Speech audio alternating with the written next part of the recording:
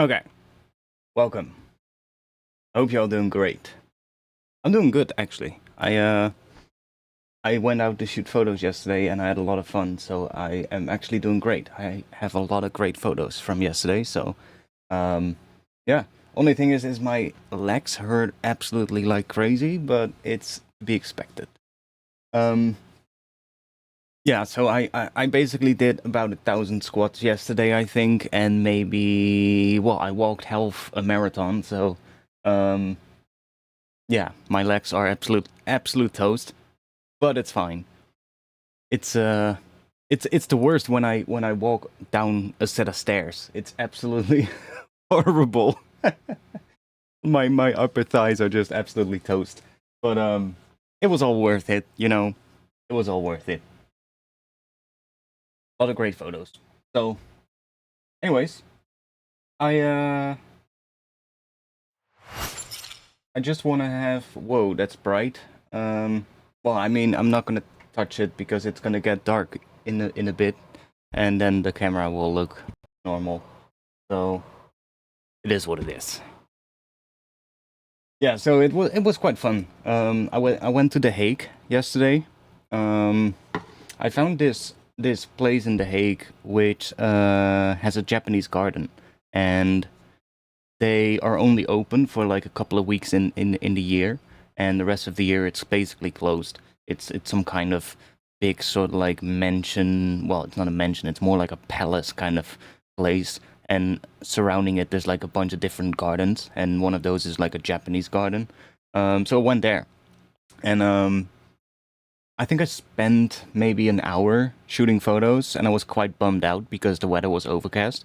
Um, Even though in hindsight, when I look at the photos, the ones that are shot during the first hour when it was still overcast, they actually look kind of cool with the soft light. So it's kind of it was kind of, I guess, a happy accident. But then when I was about to leave, suddenly it started getting sunny. So I basically did the entire thing again and spent another 2 hours shooting photos in that same place. And then afterwards, I was like, well, since I'm in The Hague now, it's like 3 o'clock in the afternoon. Let's just have a little walk through the city, and that walk became a 21-kilometer walk. So yeah, I think I arrived in The Hague at like 11:15 in the morning, something like that, and I left at like 5:30, and the entire time in between, I've basically just been walking around. So yeah, my my legs are absolutely done. Don't ask me to do squats in the stream because oh my god, I'm gonna I'm not even sure if I can right now. It's that bad. Anyways, I just want to have some fun today, and we'll probably start with some sound design. I kind of still want to stick to the same scale or same key as what we were playing with last week. The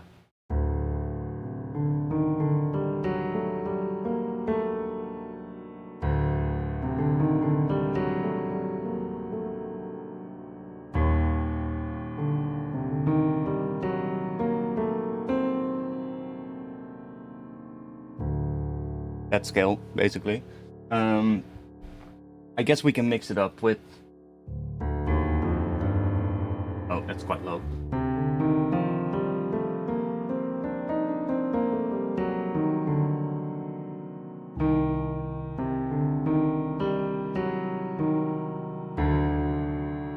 Basically that Phrygian kind of thing that we were playing with last week as well. That way I have like a bunch of things that I made recently that I can, if I want to bring into this project, because they will, fit in terms of the key. But I kind of want to just play around with that and do some sound design because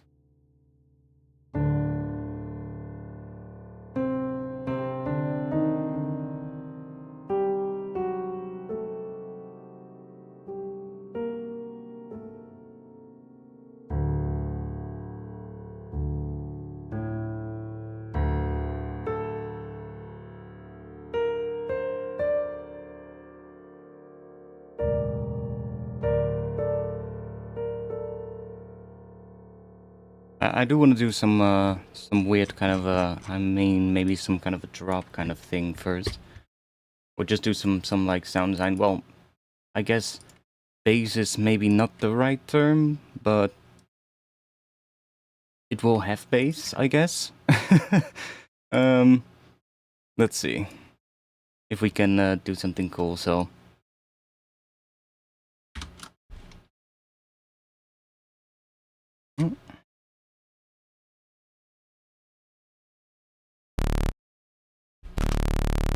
Oh, we're really...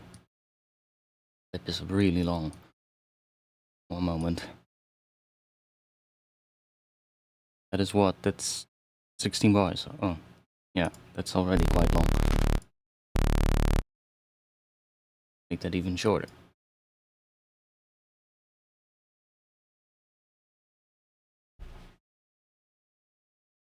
Yo, Numocron. Welcome.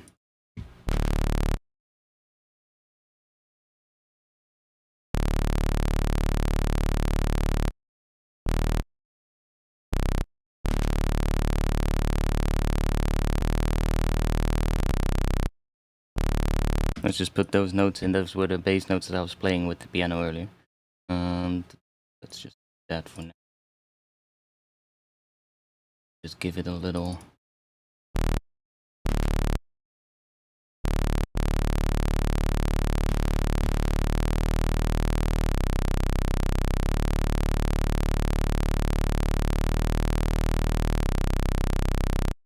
So... I guess we need to figure out real quick.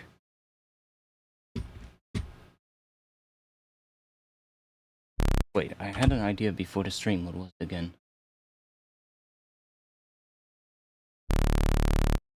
I wanted to play around with something that kind of has a higher thing on top of here, and then you run that through some distortion. So maybe this will just even be like a, I don't know, maybe just a stop. Like that. And we'll play around with running some stuff through it. So we won't have one thing here, and then we want to have a note on top of it. That kind of comes in. Hi there, watching you from Argentina. I've been following you for a few years. I wanted to ask you, you don't...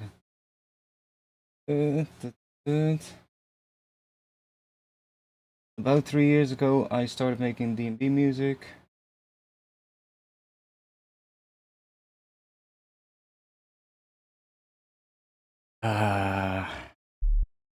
I mean, there's not really an easy answer to that question. It's about how to make your well, for anybody watching and who's not reading the chat, it's about how to make your tracks sound to the level of a released track, I guess. There's no easy answer to that because it all depends on the track. It depends on the context. The only good advice I could give regarding that is to really learn your tools, because when you learn your tools really well and know what everything does, you can start thinking about how you can apply them.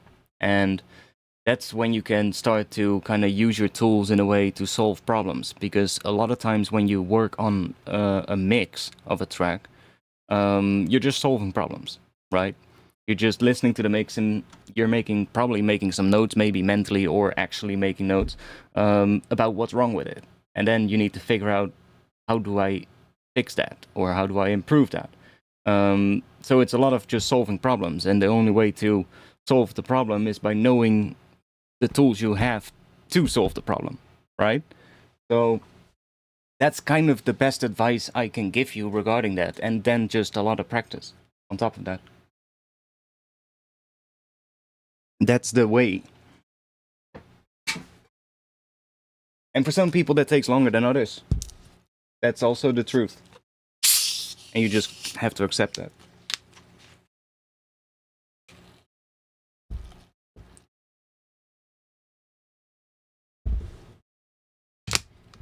But again, like how that applies to your music completely depends on your music. So, yeah, like I said, there's not really a short answer to it, or an easy answer, other than just I guess, thinking about what I just said and then trying to figure out how that applies to your music. I was gonna say, just do it, but you need to figure out how it applies to your music and how that is supposed to work. And I guess, yeah, it's a little bit vague maybe, but I hope it makes sense.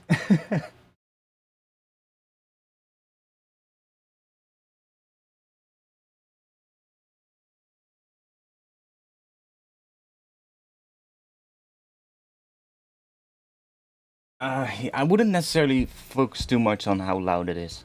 Um, I would focus a lot more on what the balance sounds like, and if that sounds good, and then just push it as loud as you can, um, without it sounding bad, basically. It doesn't really matter if your track's a little bit quieter than other tracks, in my opinion. Maybe it did like years ago. These days, it doesn't really matter too much. And if it's not as loud as some other tracks, I mean, of course, there's like a balance, right? There's a balance. You don't want the dynamics to be so big that it really stands out, but a little bit more dynamics can be good.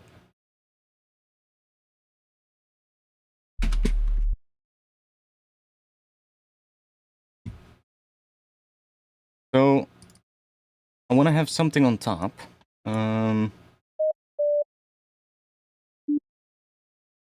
Let's just start with that.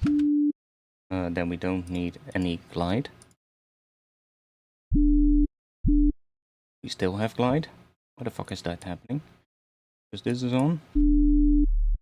Still, that's weird.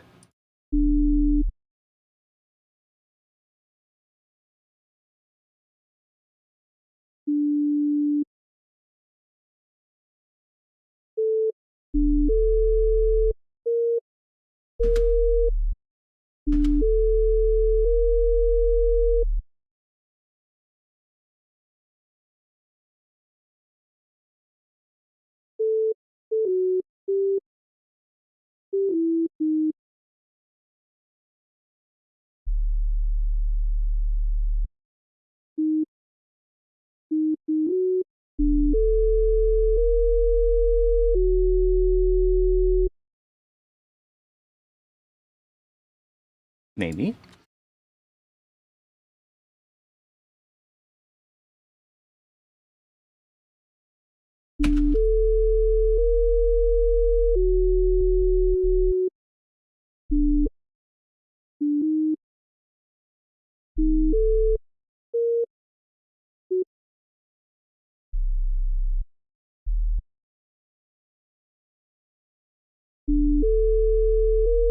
Now, obviously, we want to have different layers for the two.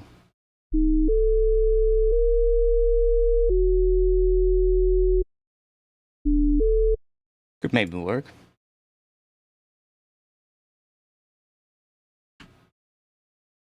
Drop you here. And then let's say we that there. And there. Okay.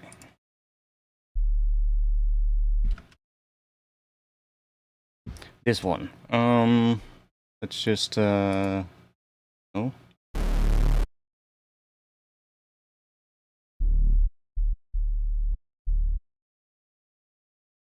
That may arrow.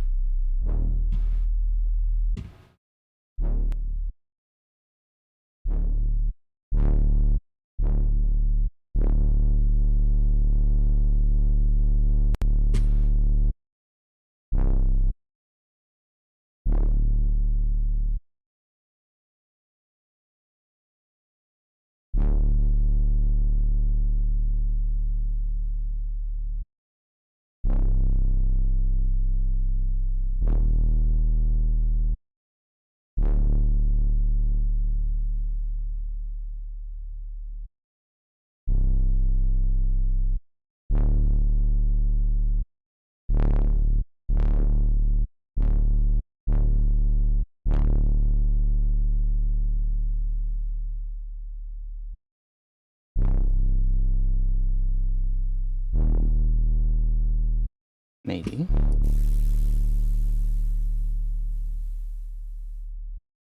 Good.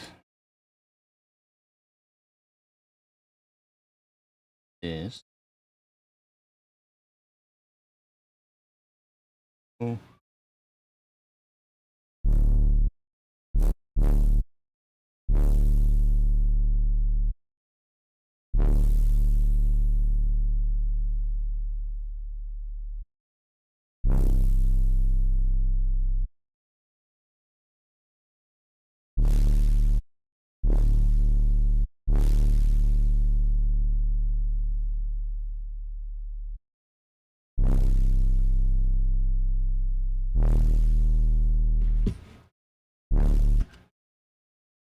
Got some drums, maybe.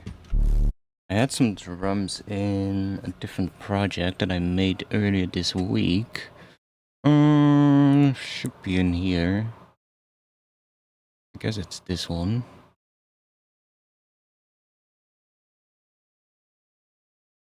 Bring the drums in.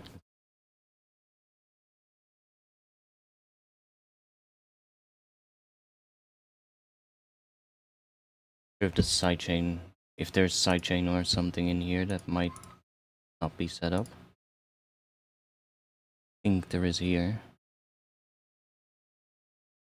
I could be wrong.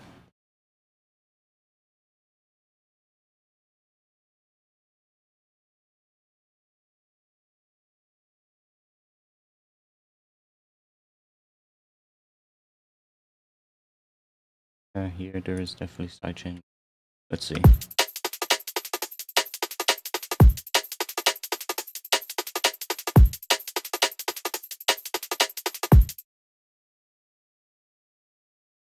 Stuff from, or we can just.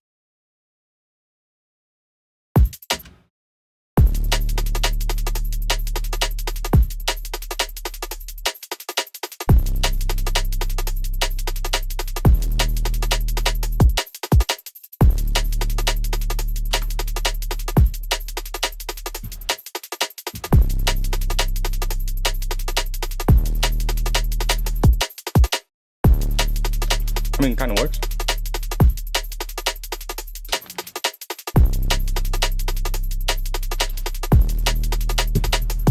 You obviously need something on top. And we could go do some stuff with like some higher notes in there. Like, I kind of want that, this thing, like this filter, probably has to come back and open up sometimes as well, again. Like, we have this plucky kind of shape that closes down. I guess it's this one. That closes down. But then every now and then I probably will automate this to come up again as well, so we get kind of like a greasy kind of sound. Because this sub is still there. It's never gonna be completely quiet. It's just still gonna be there. And because it's running through the distortion here, that's quite heavy. That, you know, brings it up again. So the sub is still gonna be quite loud. And if not, we can make it loud. It's kind of more, I guess this is sort of like just to make it sound as if something is changing over time. Whereas if we would just have this all the way up, it sounds just like a sustained sound, right? See? It keeps just sustaining like that, so that's why we decrease this, which runs into the distortion. But, I mean, it is getting a little bit quieter, but that's fine. It kind of helps to make the sound sort of like slowly change a little bit over time. This kind of what happens is that the distortion will get less aggressive when the sound gets quieter, which is a pretty good tip I can give you to kind of make sounds sound interesting. Now, I'm not sure if we will do the distortion on here, to be honest. I might leave this like completely dry, and then have like a second layer on here. I'm not sure if it's going to be these notes, but I'm kind of thinking what kind of sound I want to do as the top layer. Maybe something that has a kind of like a bit of a brass or a flute-like tone, maybe, and then like something with a bit of a wooden or a brassy tone, so that we can then distort that with the bass together and see what we get. Yo, Butney.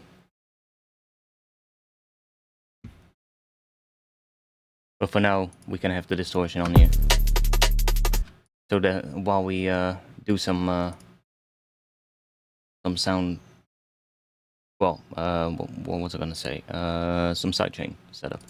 Let me group this. We'll just call that sidechain real quick. And let me just bring in my sidechain rack.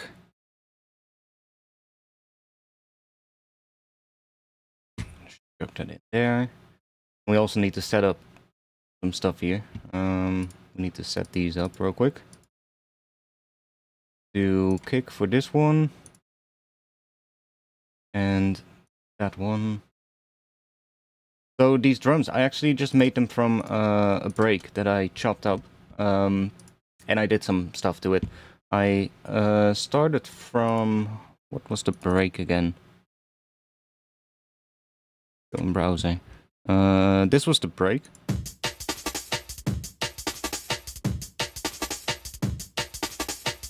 Sounds cool, but it's kind of a weird one. It's penned to the right for some reason, but I fixed that, and then I basically just made it into this. Which is kind of like a starting point to some nice drums. I completely changed the pattern, but I just liked the sound of the snare in it a lot. And the ghost, so like the ghost hits were kind of nice. So that's what I used. And I kind of made that. So you can see that these layers here, these three, are just from that break.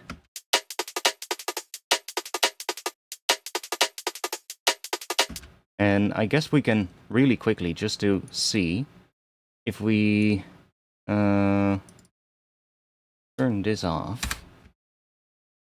go to this one, that off as well. Let's go to this one, do that.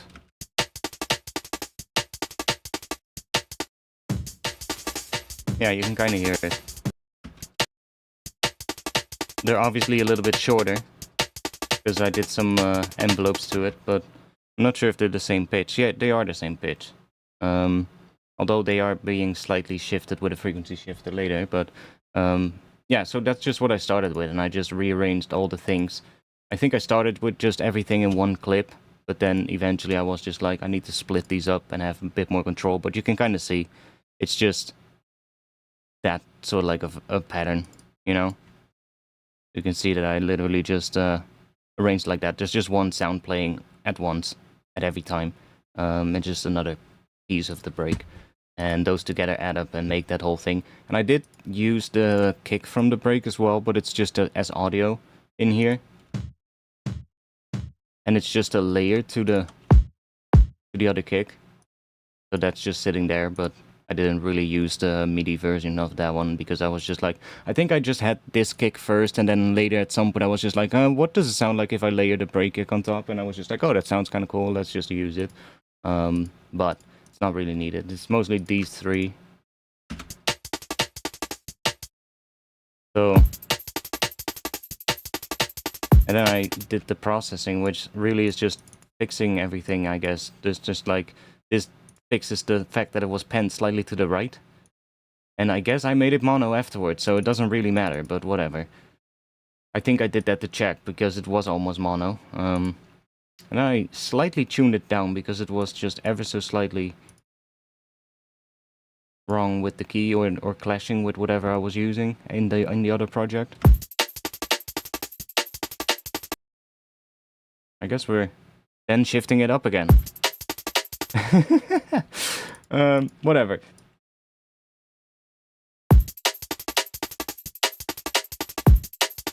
And I guess on the other tracks the processing is the same. Oh no, it's not. Interesting. So we got the same stuff here, the same pitching down, and we got a soothe on the ghost hits for some reason.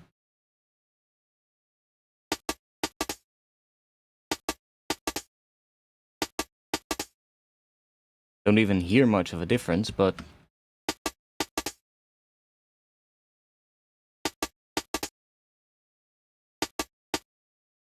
Whatever. Oh, was that maybe sidechained? No, it was not. Okay, cool. Whatever. Or are we on the wrong track? We are on the wrong track, my bad. This is happening on the heads. That makes sense. Just taking out a little bit of resonance from the heads, and this one. Yeah, that one is then the same as the other one. I guess they just wanted to be a little bit higher for the key.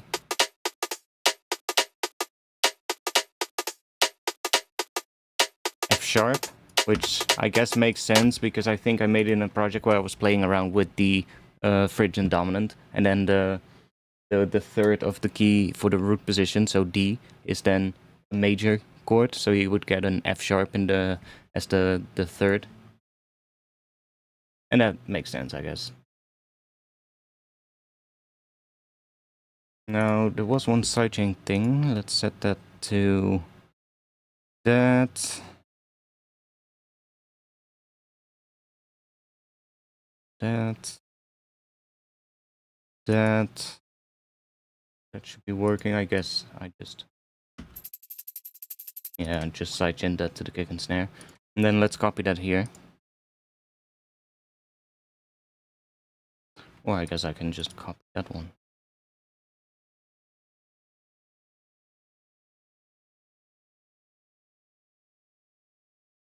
Yeah, that does the job.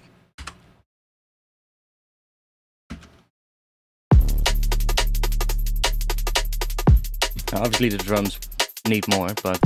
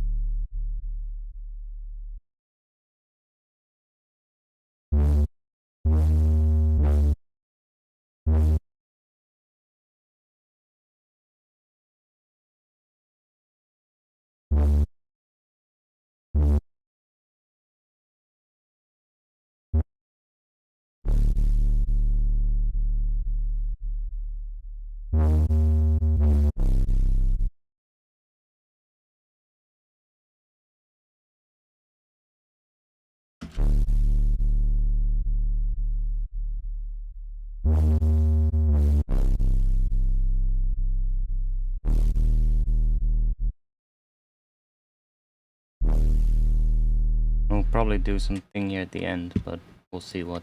Probably gonna have to be a different sound. Let's do that high note there for now.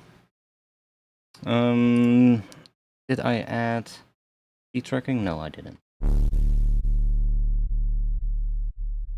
What happens if we...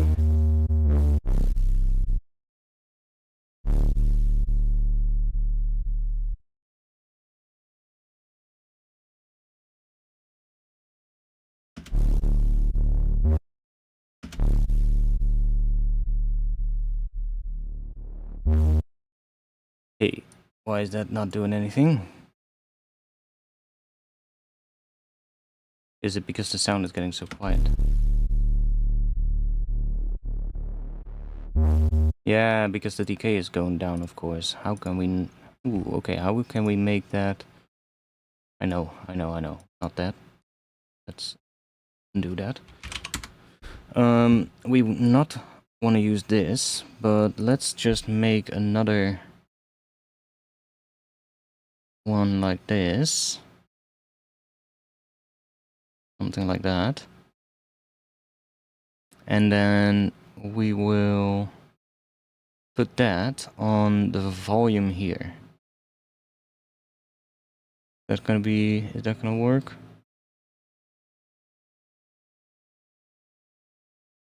Yeah. We'll do that on the volume.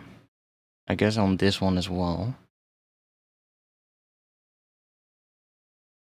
So that we have more control over it.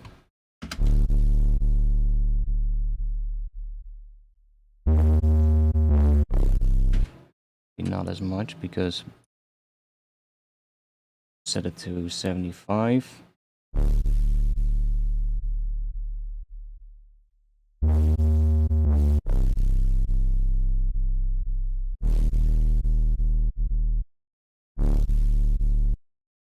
This one also affected, I think it is.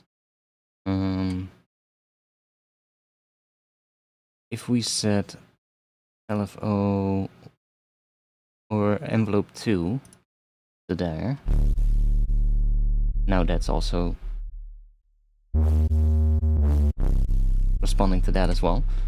And then we can use a macro and we can assign that to the same positions. So we can say, I don't know, maybe do 75.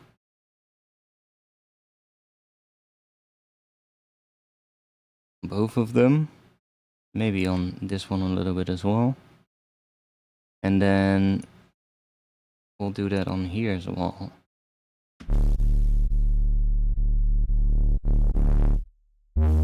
Yeah, see, so now that kind of all responds when we move this one macro. How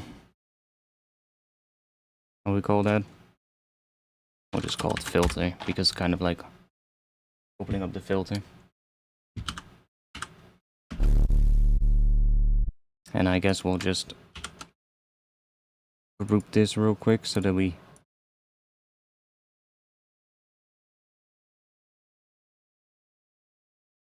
can put that name in here as well, otherwise it's not going to show up in Ableton. There we go. Now it shows up here properly.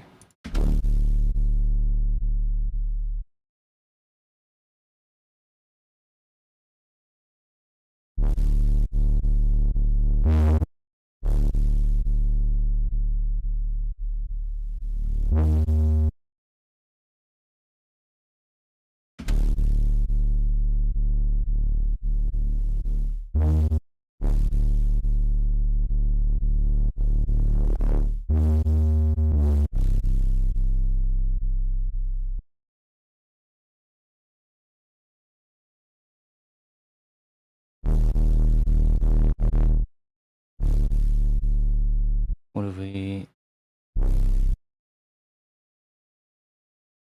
let's set it to legato.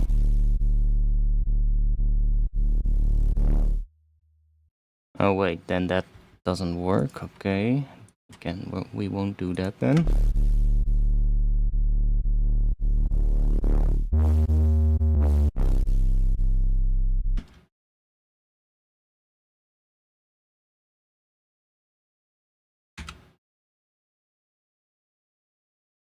Interesting.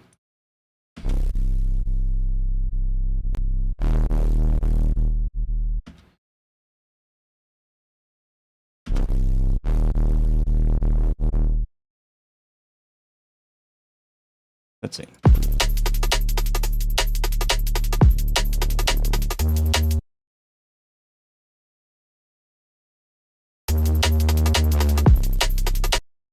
Maybe we won't have it on that.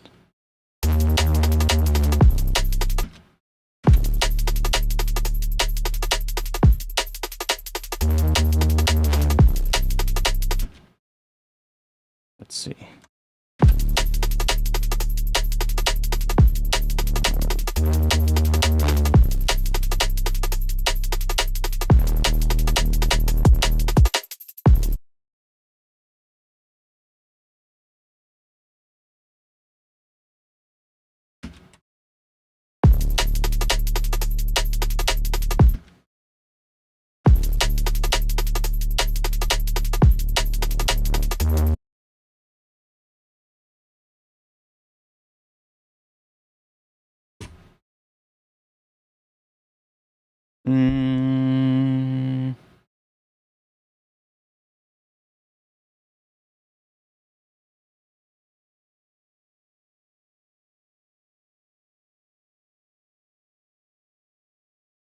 Think.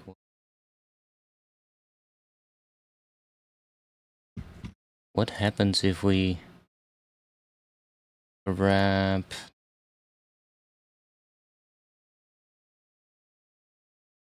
Try this out.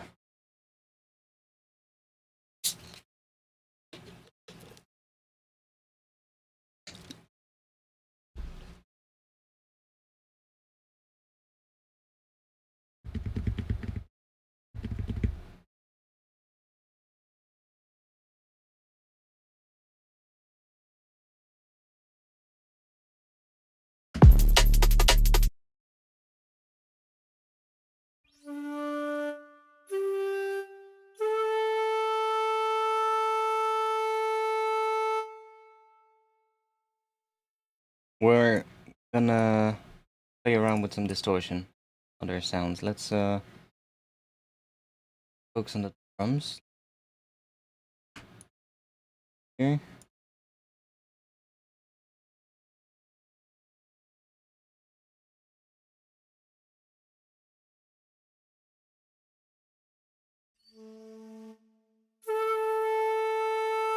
Oh, nice. Hope you're gonna have some fun.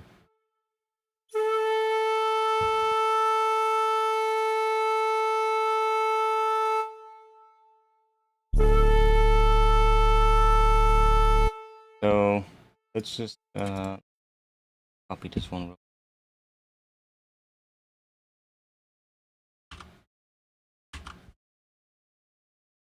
So we can.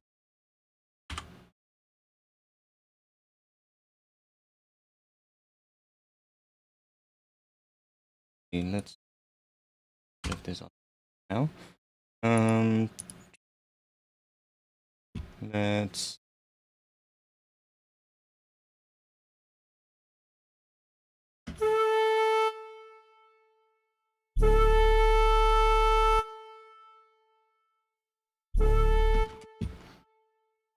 grab a CC control so we can change the mod wheel,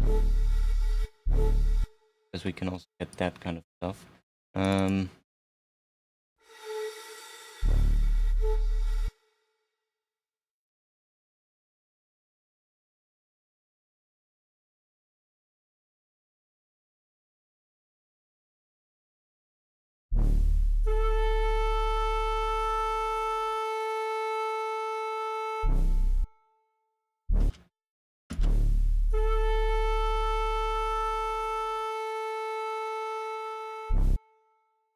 I know it sounds weird, but bear with me. Group these together. And what distortion are we gonna play? I mean, we could chuck roar on it. But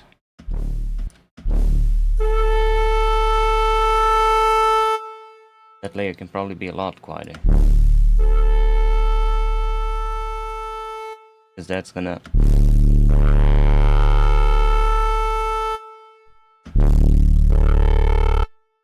Let's try maybe diode clipper.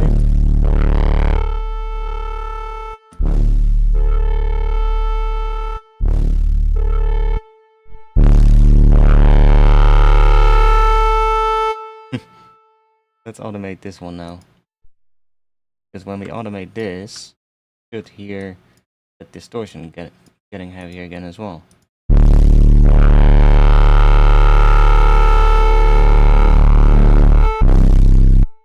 Weird. Weird.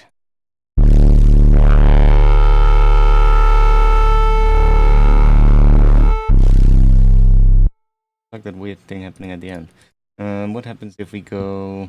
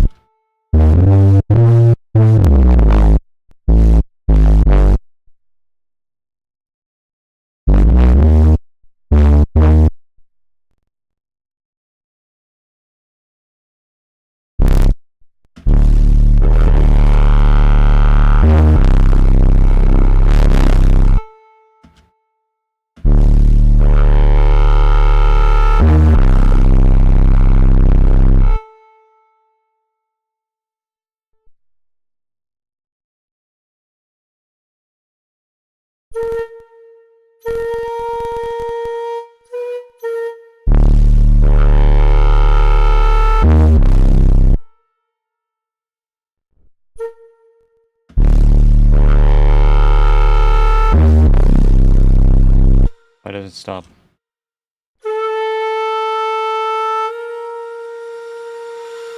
Just gets quiet.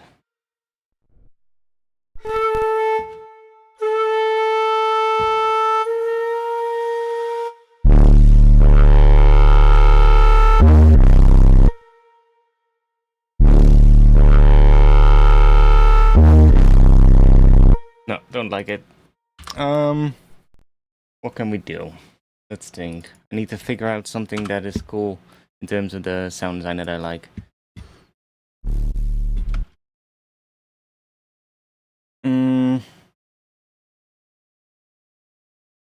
Play around. Let's go, dun, dun.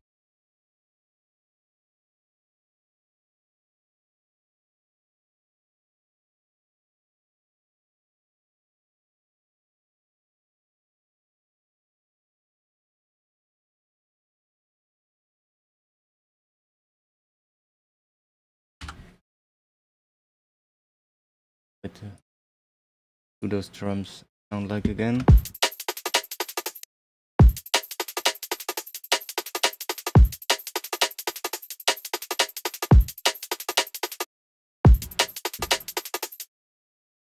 do hear some kind of a re-sing that could work with this. Grab a synth.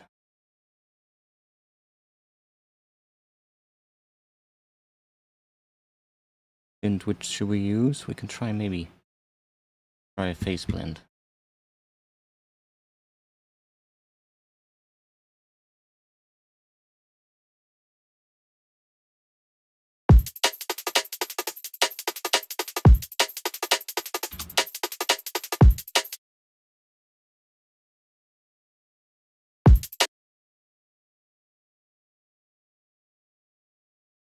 Put something in there first. Do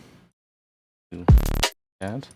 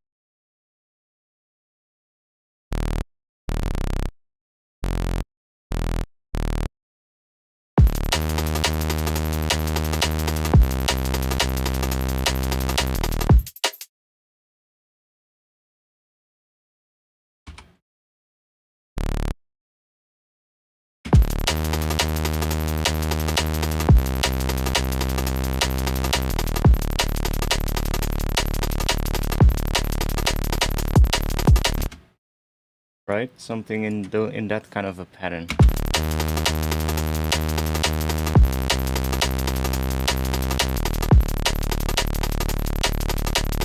And then maybe here it could even do that again. And then have like a more Reese kind of sound.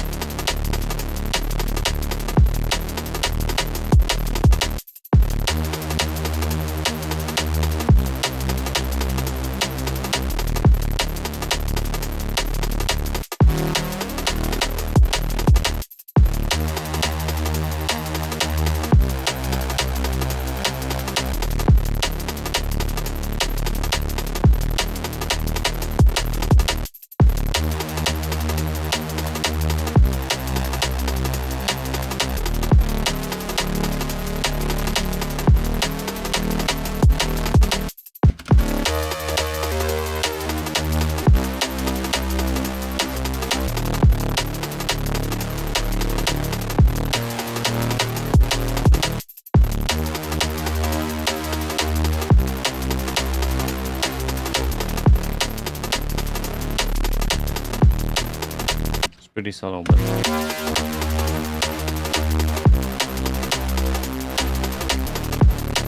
there's no way to easily remove the fundamental of this, right? That's kind of shitty. That's kind of annoying. That's why I like Serum so much for using a bass, especially when it comes to Reese bass. So let's just use Serum, because then we can just go and do that, and we just do that. we get this. And then we can just add a sub. So our sub is nicely sustained. And then I do think I want to try give it some kind of a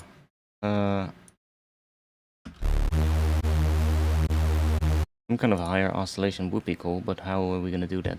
I mean, we can also add a bit of auto. I want to add a little bit of filtering to it, not too much.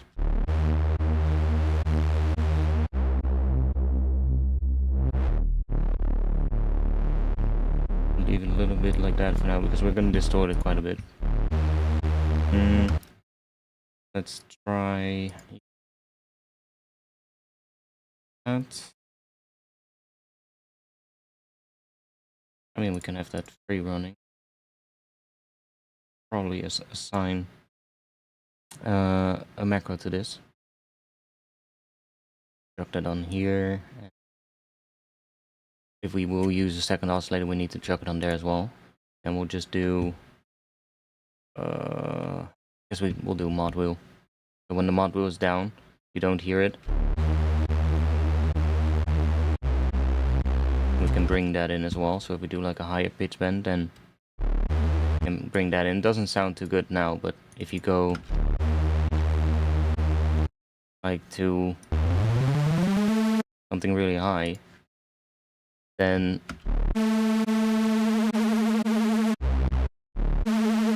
you get that kind of thing, which is kind of cool.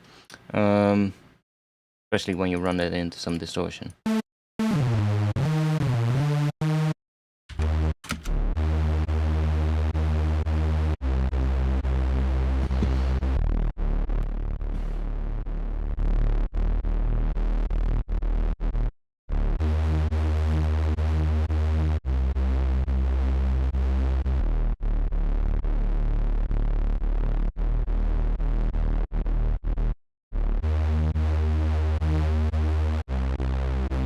Make that a little bit quieter.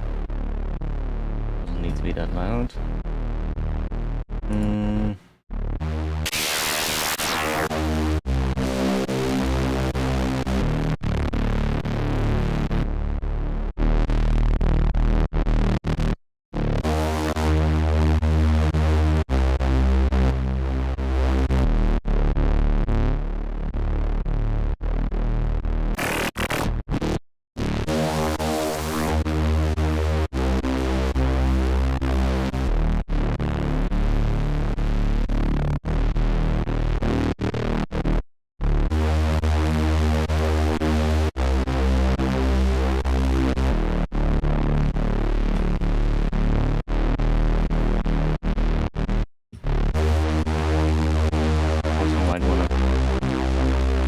Off for now.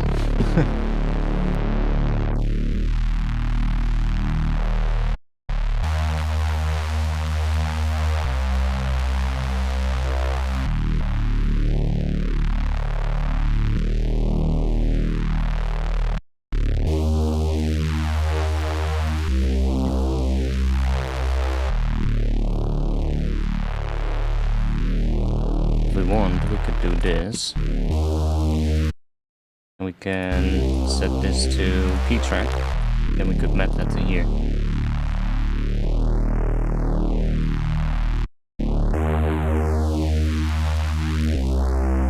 And we can also set a bit of glide here if we want.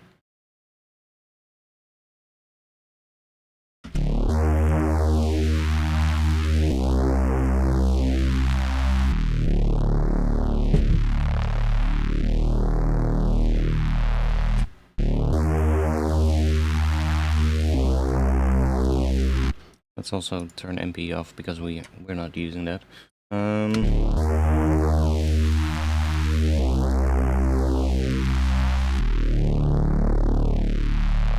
Whatever.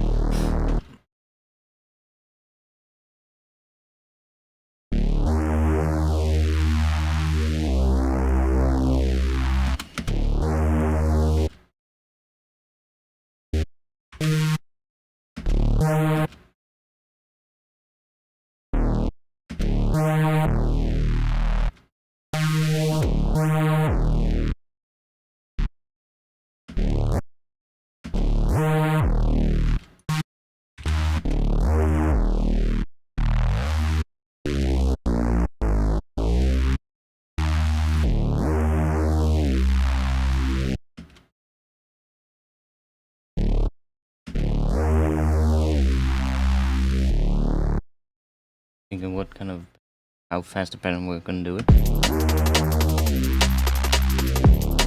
That's kind of weird. But I think it's kind of a bit long on a high note to be that long. I mean, it does work.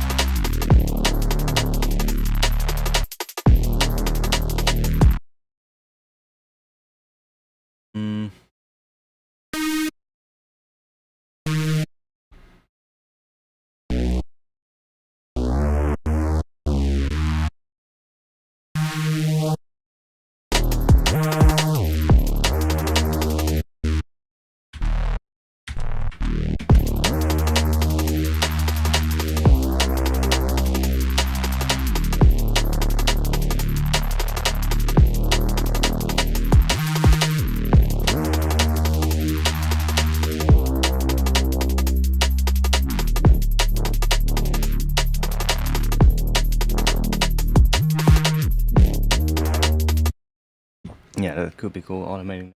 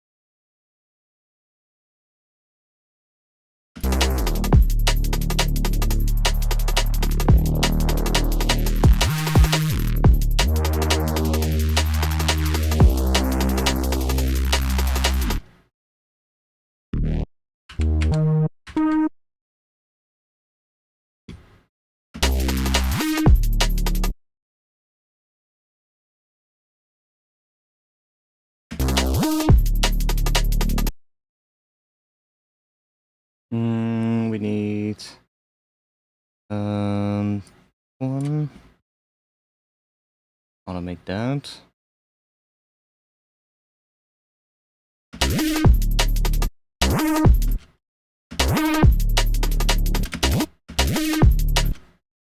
And maybe we are gonna set this to triplets. Even though the track is not in triplets, but usually I find triplet 16s is a good speed for vibrato on a Reese. Depending on the key, of course, but or the tempo.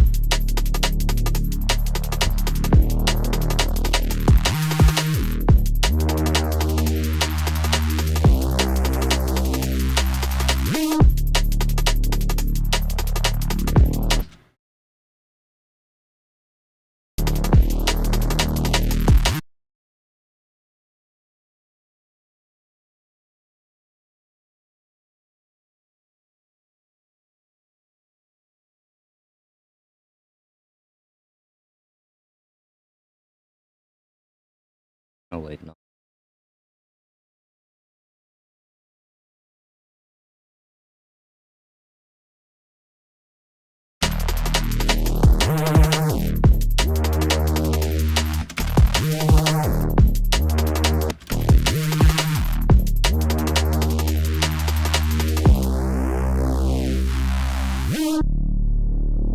Okay.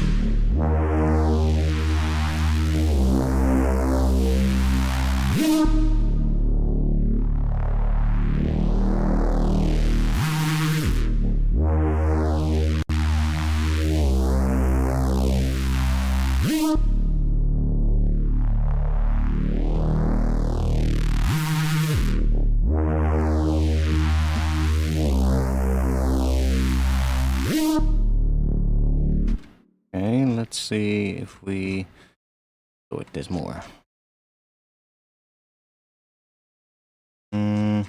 Let's put roar on this. Not there. Side of there.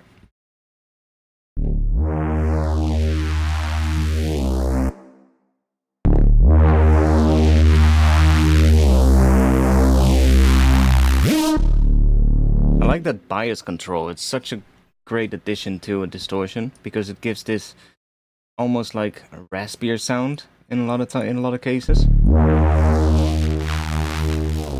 or can really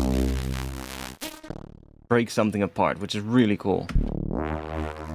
Listen, did you hear what happened on that high note? See?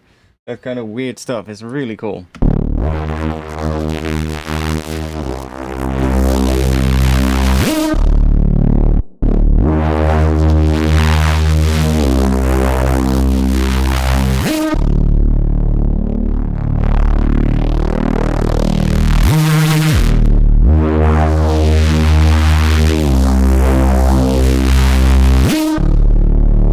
We do have quite a bit of width, which I think we maybe can even decrease a little bit further here.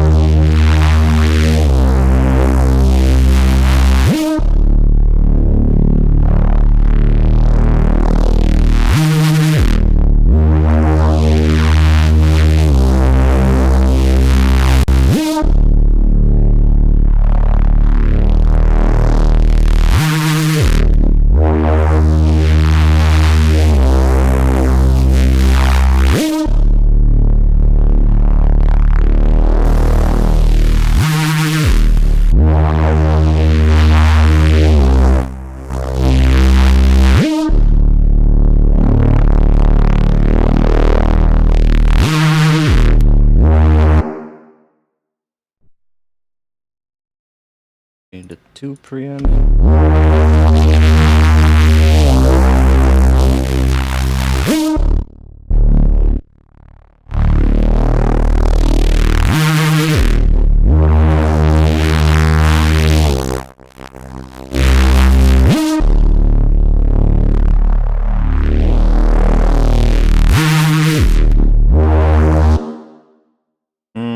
I also like this one.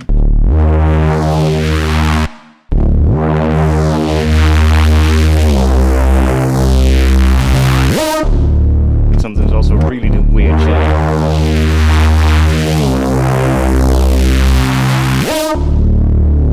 But this one it doesn't, so let's try out fractal. That was a bit weird.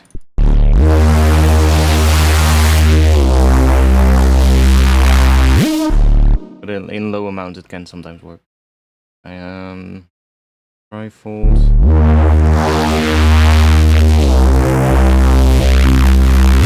Not really. Noise injection is also really cool.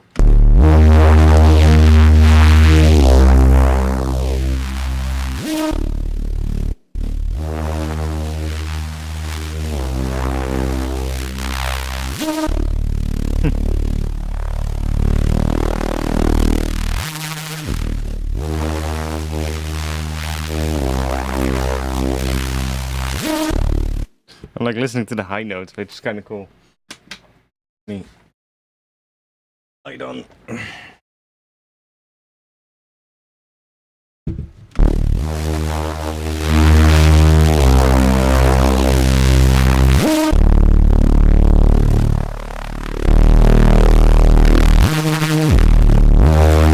that vibrato is interacting with that distortion now, which is really awesome.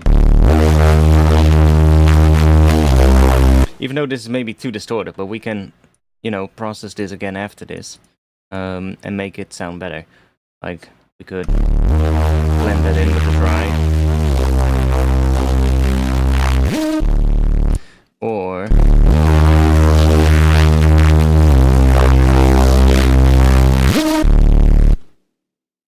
we can multiband this. Like, we can go multiband here, but then the downside is that this will not sound the same.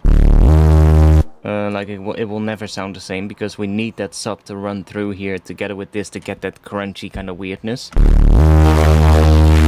But we can always, you know, just EQ this afterwards and get like only the part that we want. So we can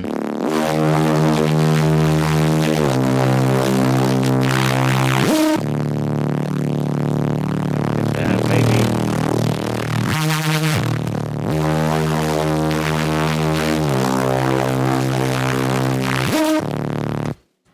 Let's put you here. Maybe even have another roar on there, but then with different settings. Oh, chuck you in here. Let's not do any bias. Maybe a little bit less of this, and then we'll use maybe just a tube or something.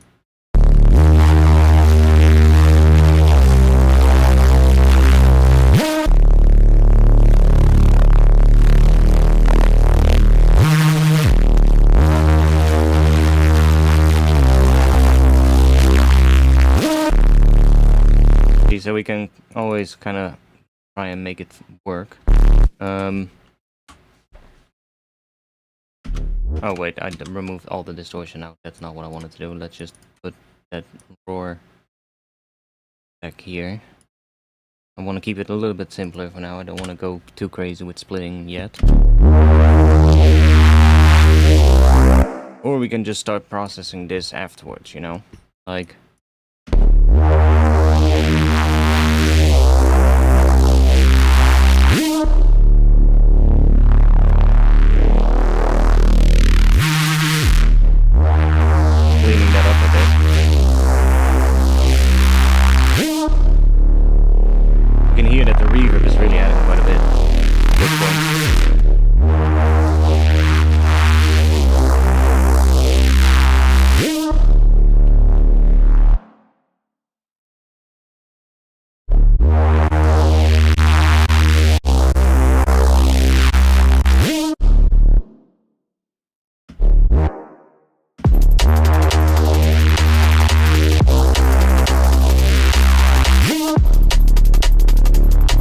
Drums are not loud enough. This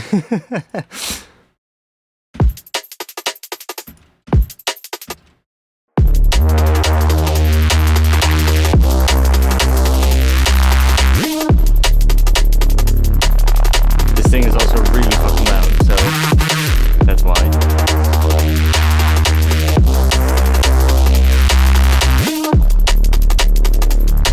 It has a lot of sub.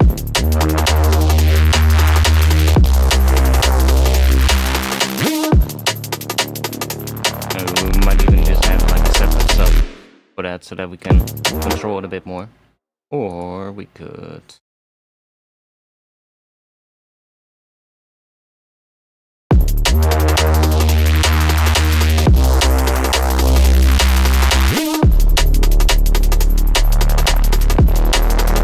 But doesn't sound too great, so...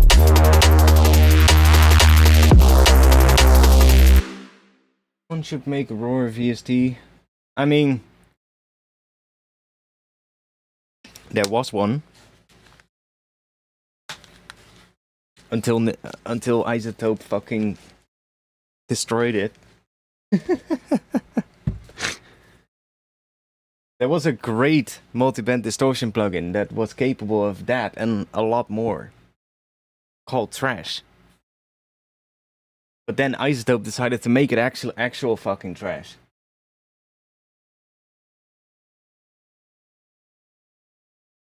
I always put reverb towards the end of the chain. always after distortion. You need to play around more with reverb in front of the distortion, man. That's sometimes can sound really cool, especially like when we do this pitch bend.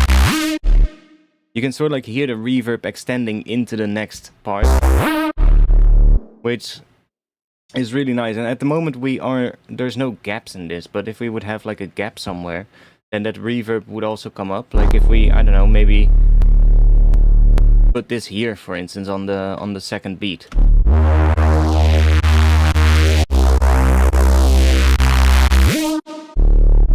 You get that sort of like stuff in the middle, and the more processing we do, the more that's gonna come up. So if we, I don't know, we really smash the hell out of this with some bias, let's do that.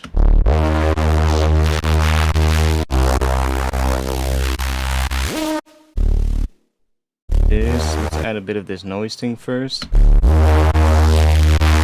Let's set this to serial.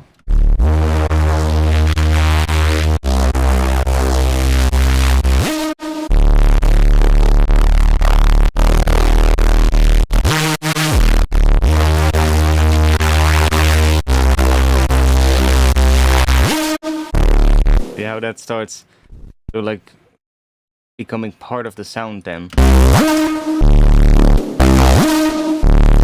And especially when it's sidechained to the drums, you will hear that we get all these sort of swells and stuff, which is kind of nice. Now it's getting really loud at this point. Thermal's great, yeah. Thermal's great. Absolutely. Thermal is probably my... Well, maybe go-to is not the right word, but it's a great distortion. For sure.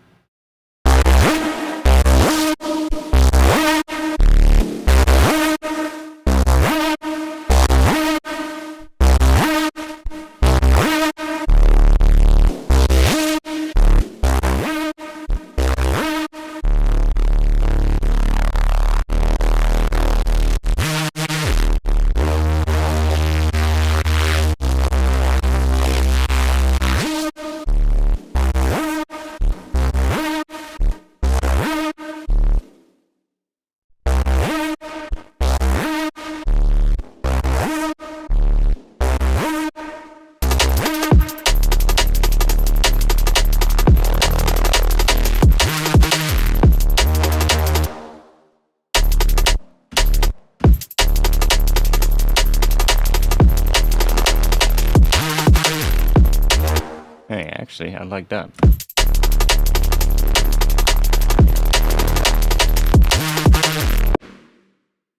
That's actually kind of cool.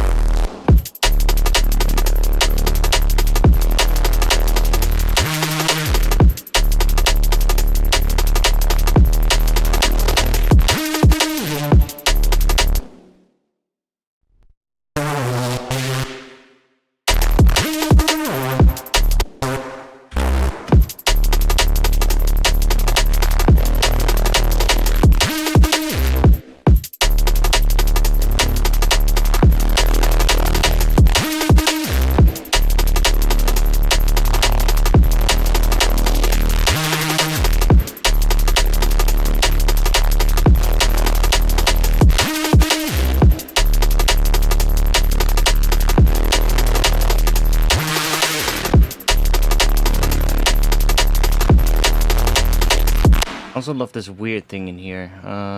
We can set this to note, for instance. Like if you tune this to, I don't know, maybe A3.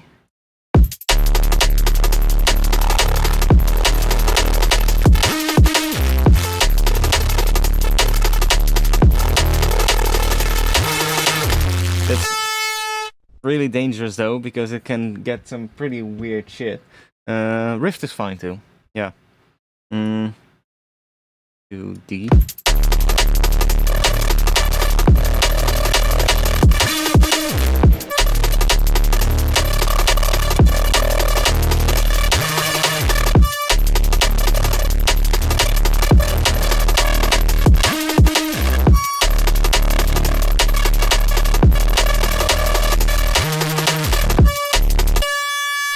But it also tends to do that, which can be a bit dangerous.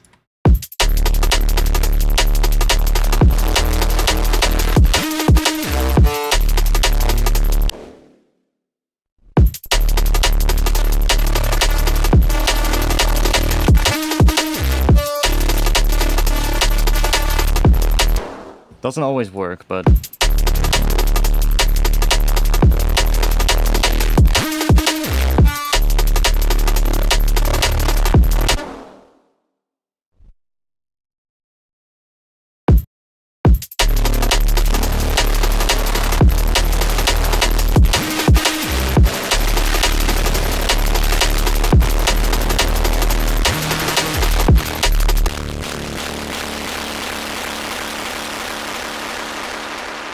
oh, okay.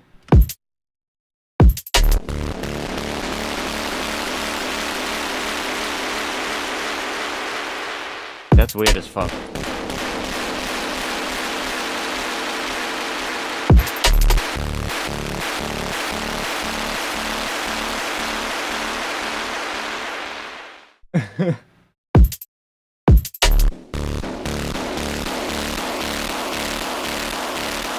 Weird sounds. These you can get some really weird things with that feedback thing. Also, time it like that.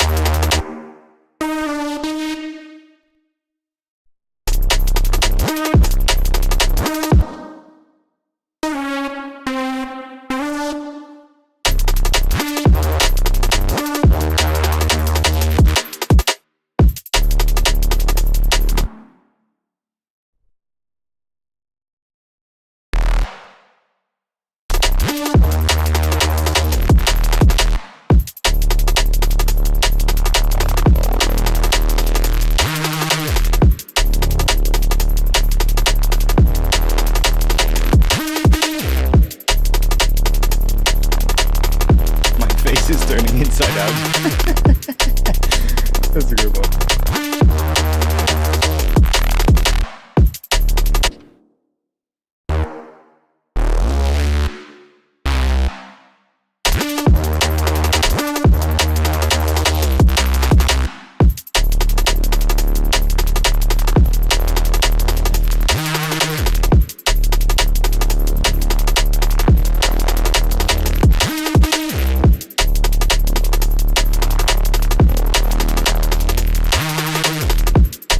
I mean, it could work. That's a cool thing. But then now we need to start thinking about a vibe.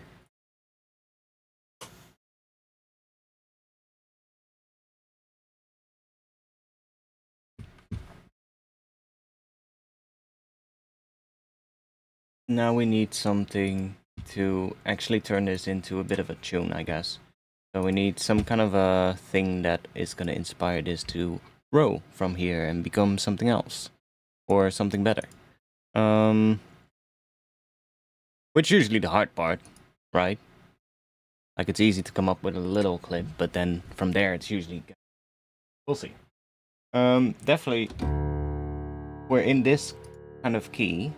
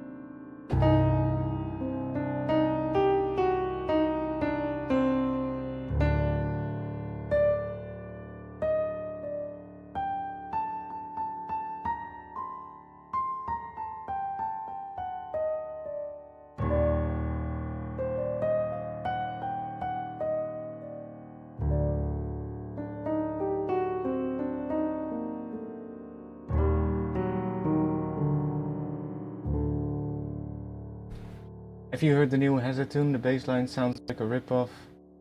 Your tutorials? I don't know. No, I'd never heard it.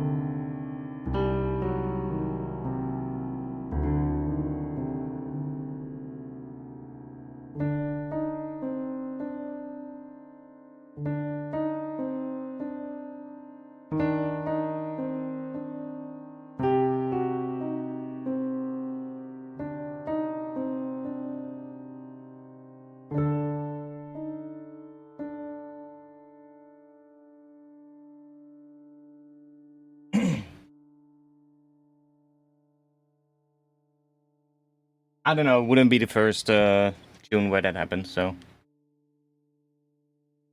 Like... Wouldn't be the first one.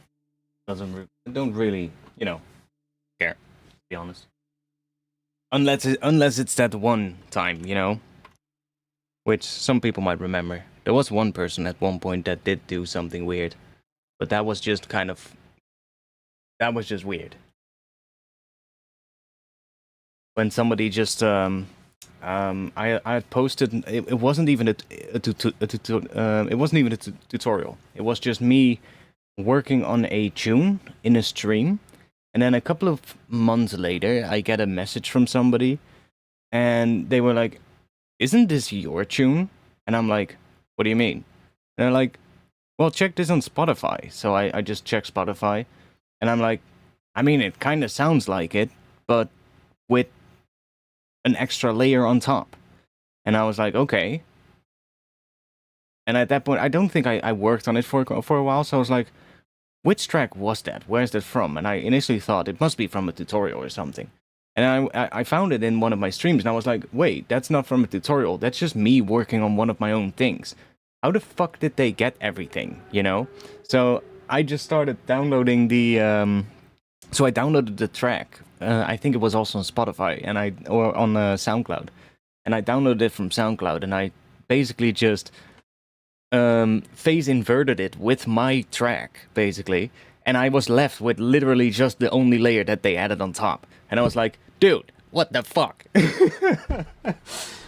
And there's no way they could have obtained the files other than just ripping them off the live stream. So I was like, because there was like a little bit of sort of like tiny bit of artifacting happening. It wasn't canceling out completely, but that was just the artifacts from the YouTube compression that were left, basically. And I was like, what the hell is this, mate? So at that point, I was like, let's send the guy a message. And I was honestly like, I'm just gonna be honest and just ask him like, yo, dude, what the fuck? But I was gonna be, you know, cool about it. But not after I got a message back of him saying like, I didn't rip anything off your stream. I didn't do that. I remade it from scratch. Yeah, sure, mate. It was one of those things where I forgot which thing it was, but it's quite a while ago, and I used something like quite a long chain of like things to get to the final base thing, and there's no way anybody would remake that 1-to-1. Like, there's just no chance, because there was a lot of fucking stuff included, and not everything was even shown on stream, so it was like no way that you could have remade that. At least you could have come close if you would have remade it, but not like identical, right? And I was like, I mean, if you're gonna play it that game, right? That's kind of a dick move. So then I had to, you know, make a post about it and be like, yo, what the fuck? And I think eventually it ended up being just some kid who just thought it was okay and whatever, you know. That was it. But still, like, that's kind of a weird one, right? Like, if it's from, like, a tutorial, sure, fine, you know, whatever. It's a tutorial. It's meant to be learned from, right? But if it's somebody working on a tune, then don't go and just rip that off of a stream and be like, I'm just gonna use this. That's not okay.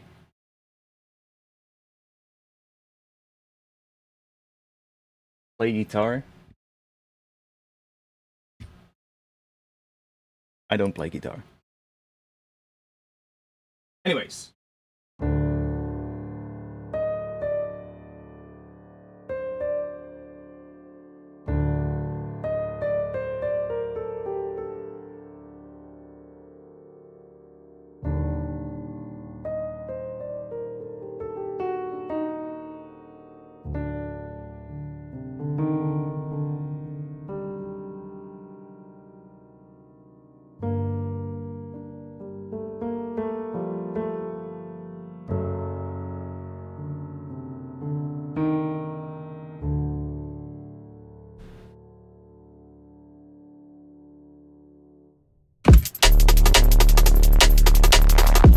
It's way too disordered. But anyway, we need to figure out some kind of a bit of an intro thing or something that is gonna get us started. So, let's see. What are we gonna do? What are we gonna start with? So we have this scale.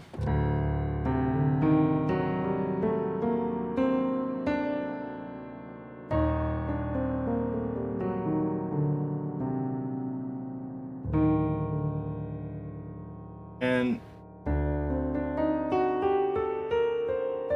also use that.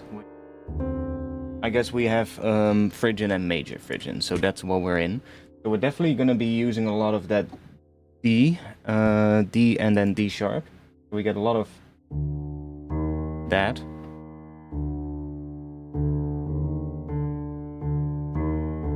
Then every now and then we will probably go to that C, which leads back into D as well. So we want to. That's something we want to use a lot because that works for the bass line. So I guess we want to use that a bit in the intro maybe as well and introduce that. So in here we're doing. I guess we're doing mostly D and then D sharp. Okay, and here at the end we can probably go to that C thing, or didn't we do that here? Yeah. So there we went to C. So kind of did the drop here. What I made kind of did D sharp or D to D sharp, D to D sharp, D to D sharp, and then C to D sharp. I guess that's the final one. Yeah. Which kind of is similar to what I played earlier.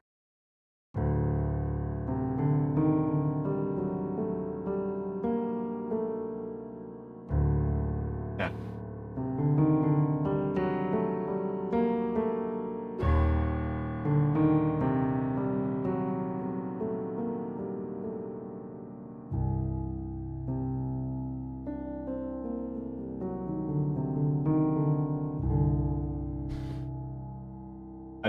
I don't know that that's right. So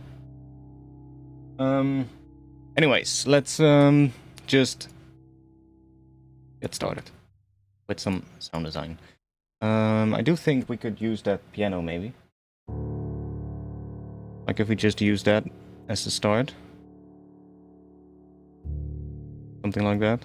A bit of a low piano kind of thing.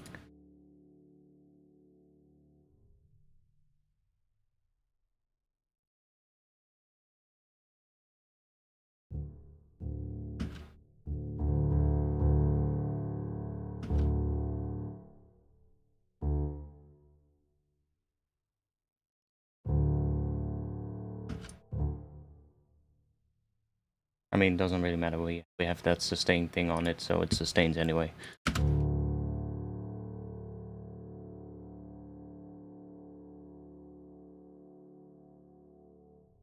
Maybe we'll just do that high note.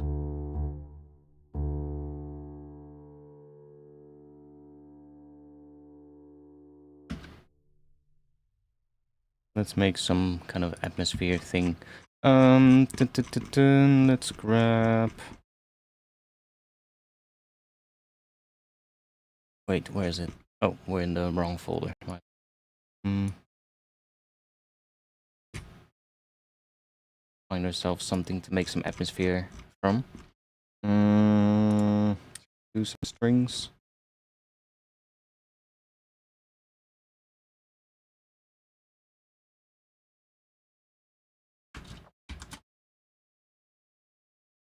Oh wait, a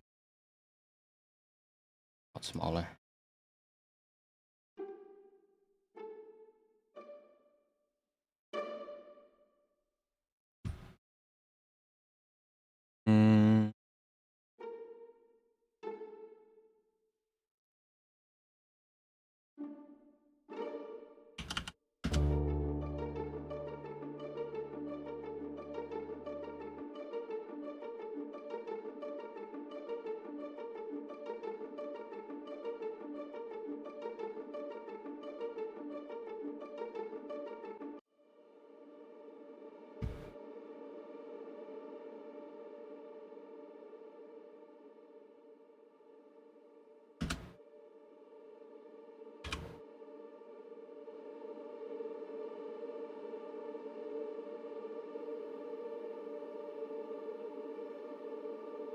Why are you so quiet?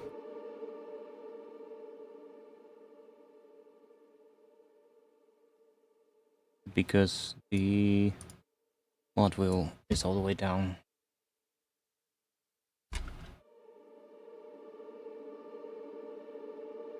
Not, but okay.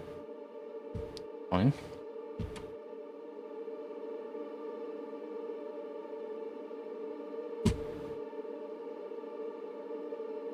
Just turn that into some atmosphere. Let's grab...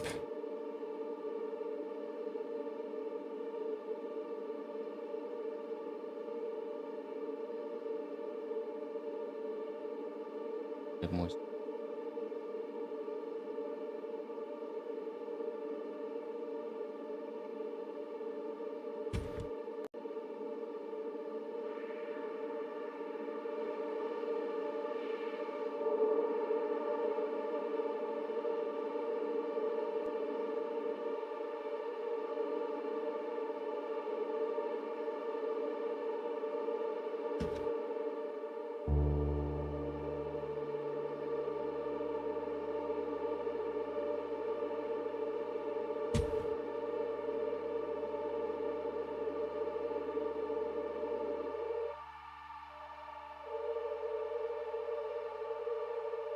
Oh, that's kind of cool. And we... yeah, maybe like that, so we don't get all of that. Just be like that. I really like this device, Spectral Blur. It's like, it kind of turns everything into atmosphere. Now you can also make it into much shorter atmosphere. If we bring this down and then bring this down, you get... you have to be careful with this gain. See? Kind of like a reverb almost.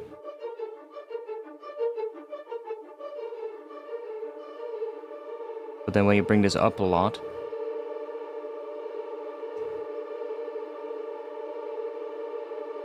it just becomes atmosphere, basically. And if we, I don't know, maybe put some more reverb on it.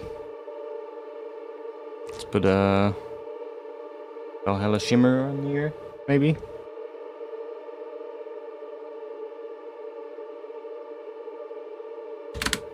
Maybe not with the shift, but then just...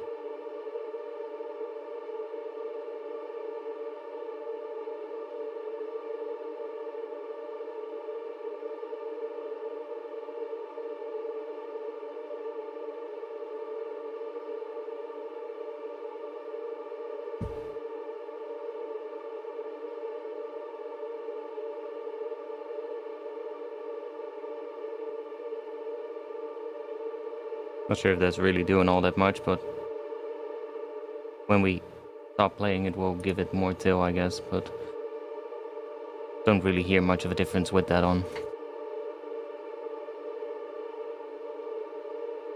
Let's put an OTT on it. Why not? See what happens.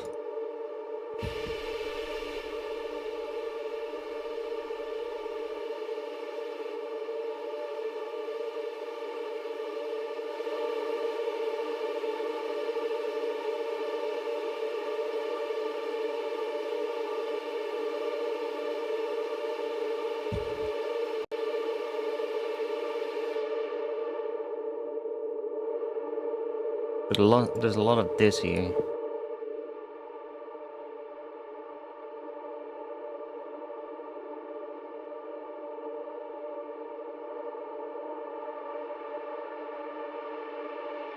But that can be a bit of a pad.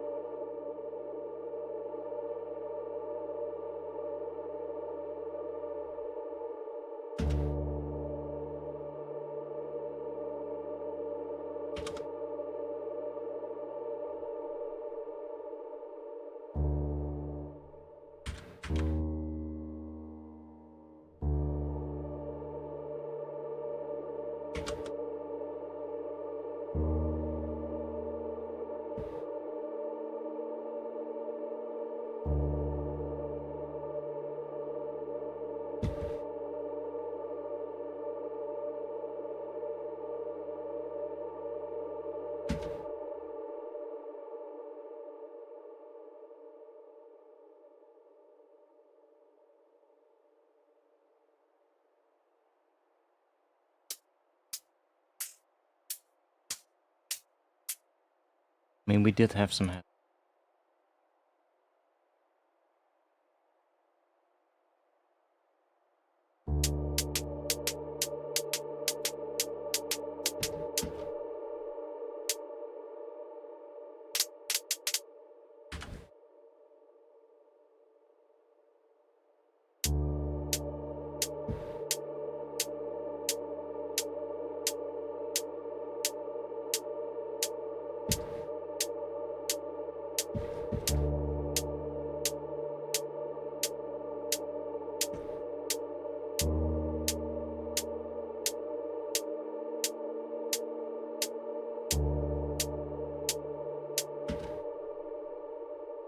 Don't like it yet. Let's see.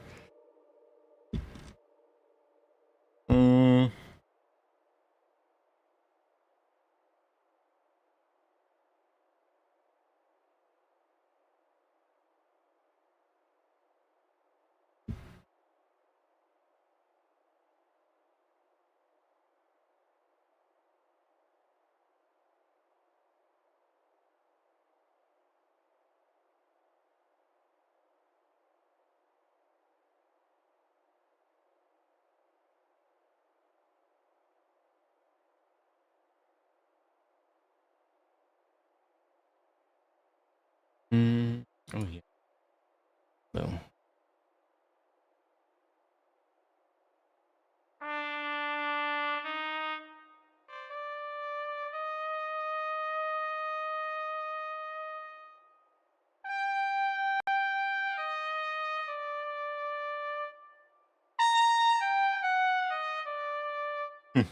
I'm thinking about what kind of a thing we can do. Kind of looking for a vibe, but not sure what. Like I really like the drums for that. Don't like the bass, to be honest. The bass is quite distorted. The drums and the scale works really well with the drums, but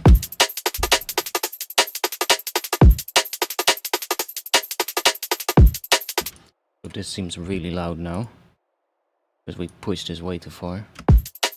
There we go. We don't want that distorted sound on the kick. We want just a bit more like that.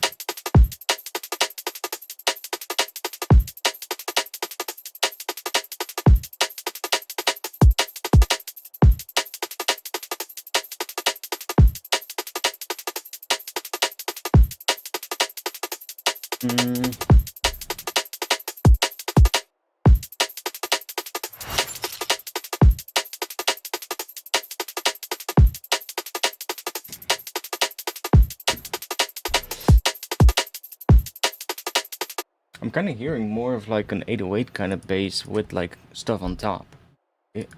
If I think what I'm hearing right, well, if I think that that is what I'm hearing, which we could try doing a bit more of an 808 kind of bass. It's like the sub layer, I guess. Start with one, and obviously it's gonna play. Well, we can just take these notes, or well, not really.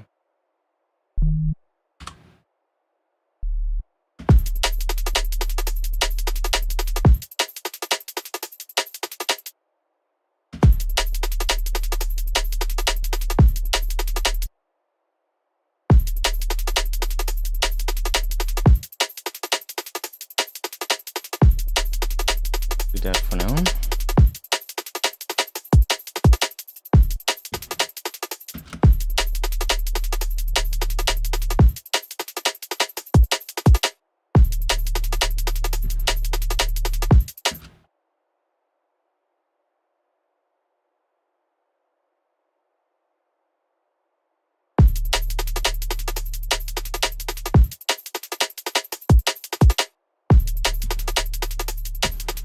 And then we want to have something.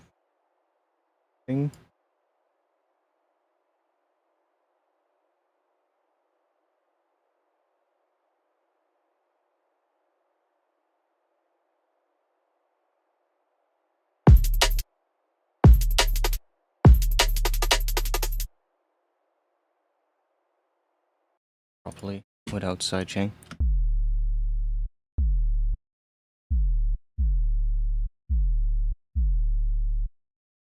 I want to have something to go out.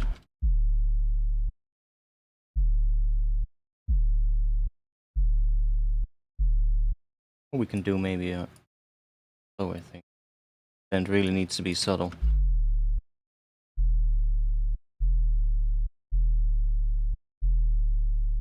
Be something like that.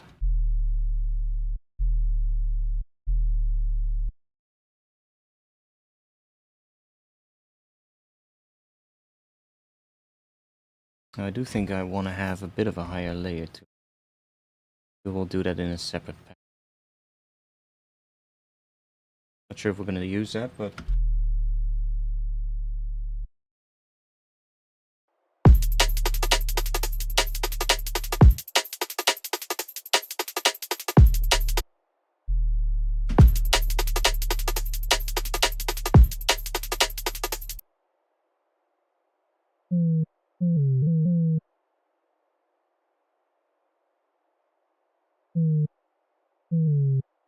obviously that sounds like fucking shit, but just listening to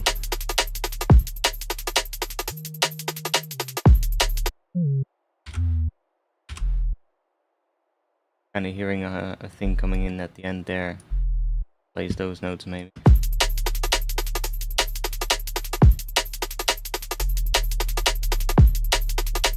But then in different sound most likely.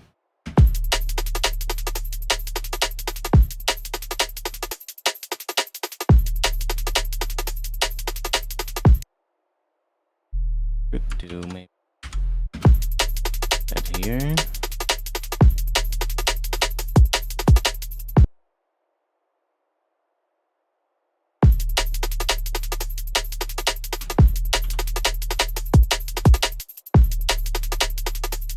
Even putting that out earlier. There.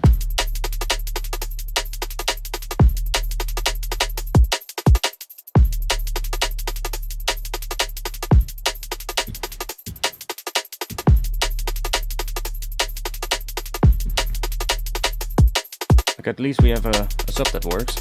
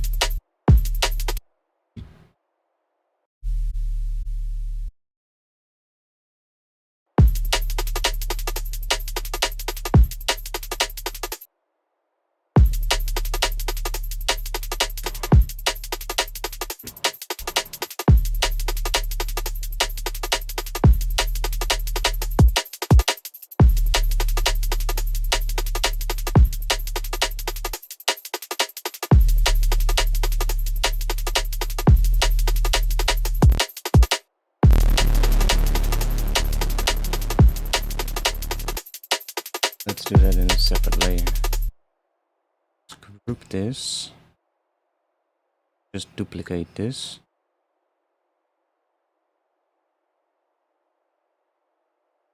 That off.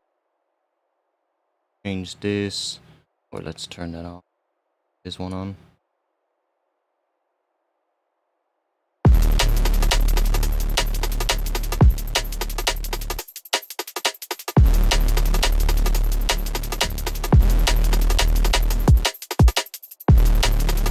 Don't need that.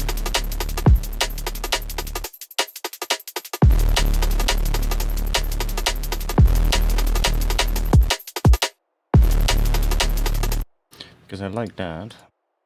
Let's do. Right, bend past me.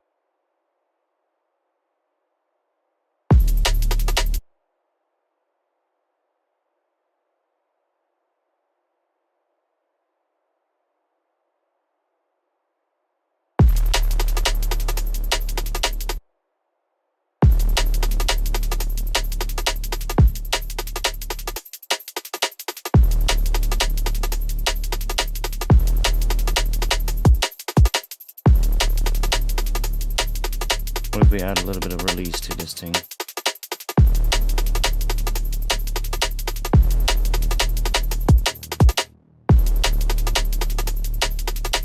Like that.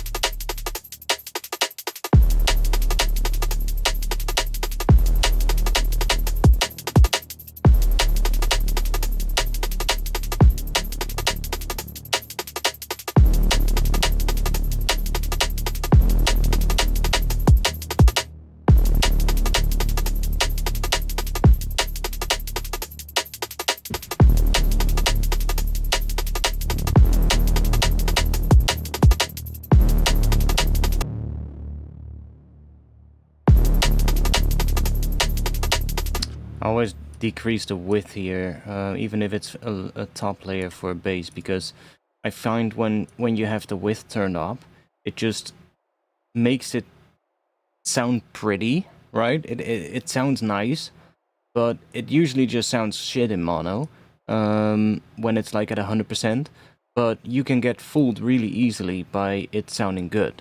But then when you sum it to mono later, when you maybe get to like mixing, you're like, oh, that layer completely disappears, or it gets like really quiet, and you're like, oh, how the hell am I gonna fix this now? Whereas if you start from something that's maybe a little bit more narrow, or a little bit narrower, you're still gonna get some width, but it's gonna sound better in mono right off the bat, and then just work from there. And if it needs more width, you can always add something to it that doesn't mess up whatever is already there.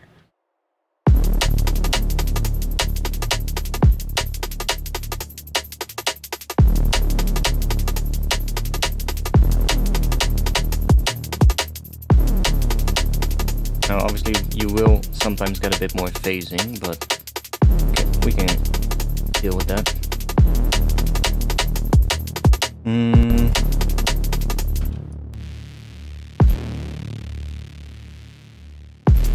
Do we want that? I mean, it works, but I don't like how that extends the entire time, so I might just do that, and then maybe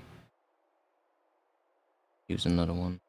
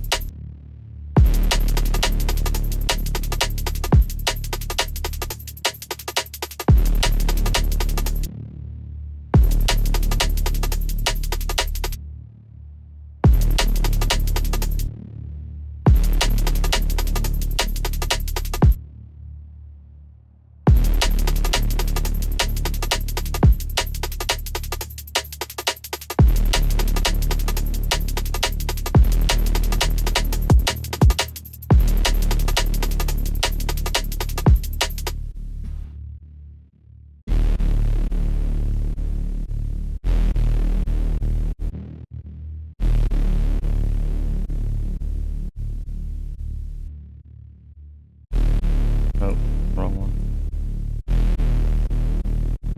Probably want a bit of a release to this one as well.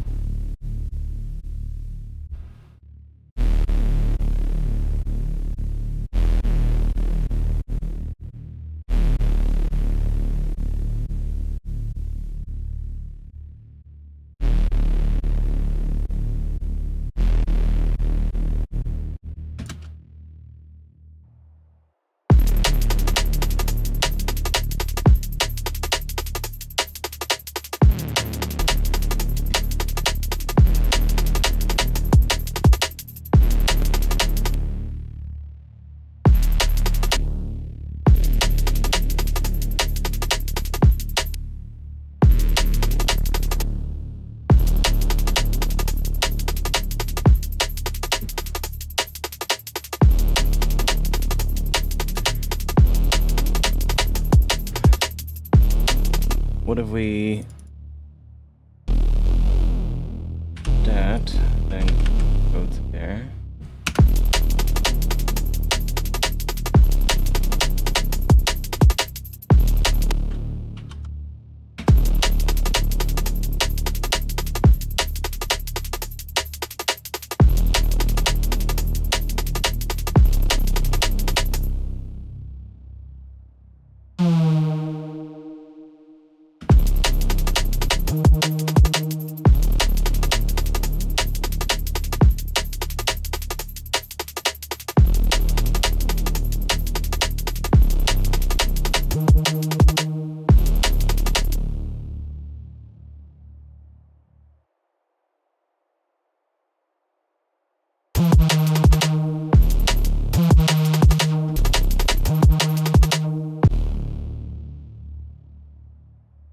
They will do that with the layers.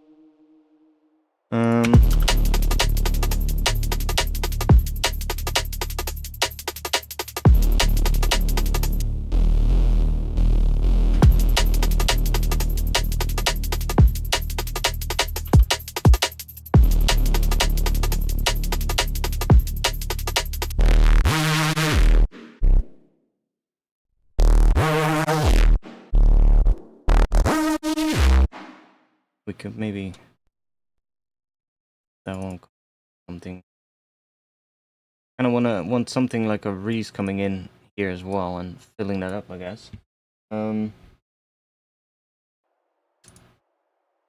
man, why do I have been getting writer's block so much lately when I get to like making an intro? I used to be Mr. Intro. Now I have the opposite issue lately. Like when I start with a more drop thing, then I usually have the opposite issue, which is kind of annoying. Let's see.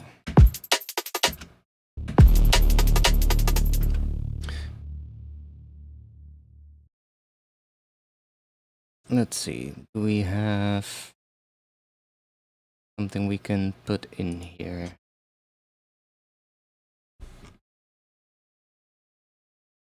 Bass bits.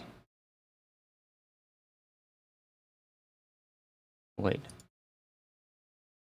Depends if we use one of these things.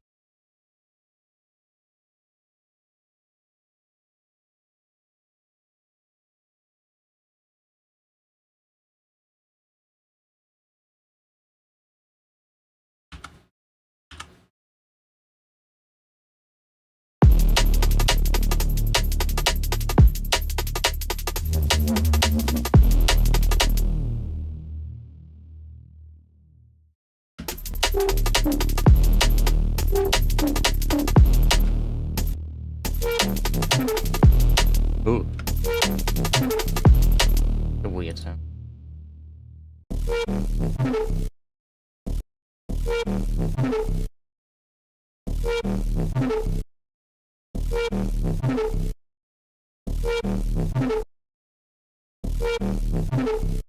Actually, I really like that.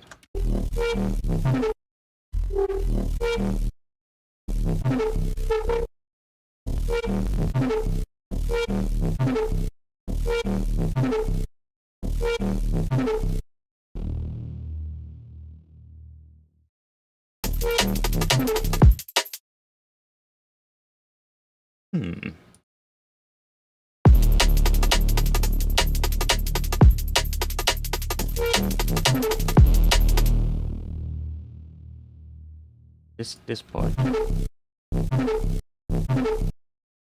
that I quite like.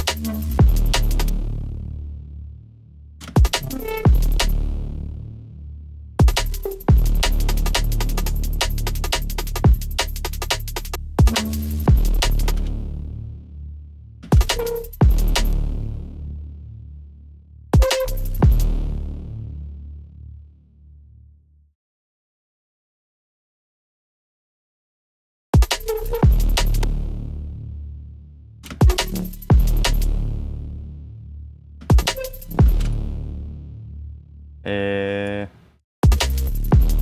another cool part.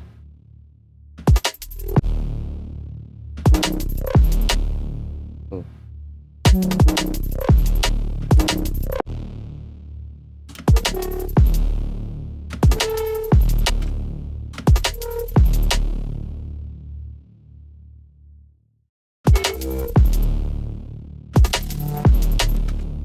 Weird sound, but forgot how I made it. I think I started with a saw wave and then had like multiple notes or something. Because that sounds like what happens when you take like a saw wave and play multiple notes and then distort them together. I guess. You can play around with that. That could be pretty cool. Like if we do this, if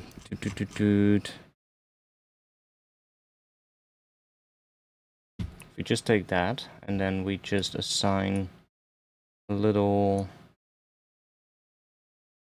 filter thing here to there, and then we put in multiple notes here. So if we do see.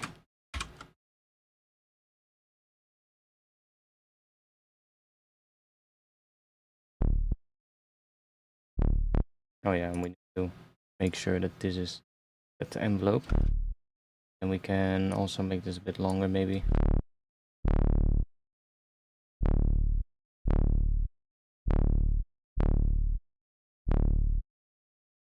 That. And then we could there, and then we'll put this here somewhere, and then we'll put that on there. That higher notes are slightly shorter. Might be cool. Now if I add that, if I add like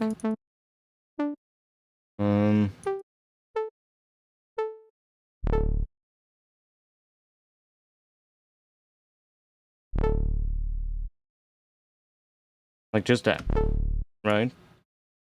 If we now take a distortion, crank that a bit.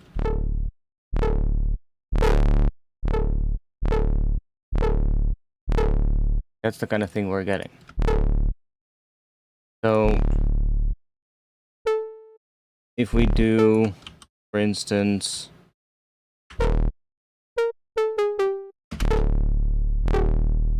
see? And we can get all these.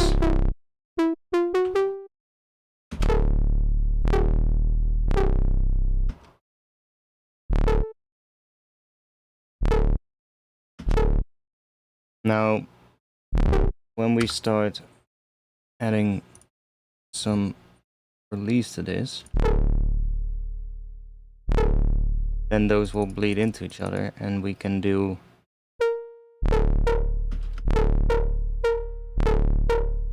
see? So it still distorts because the sub is still continuing as well. And with that we can create some weird shit.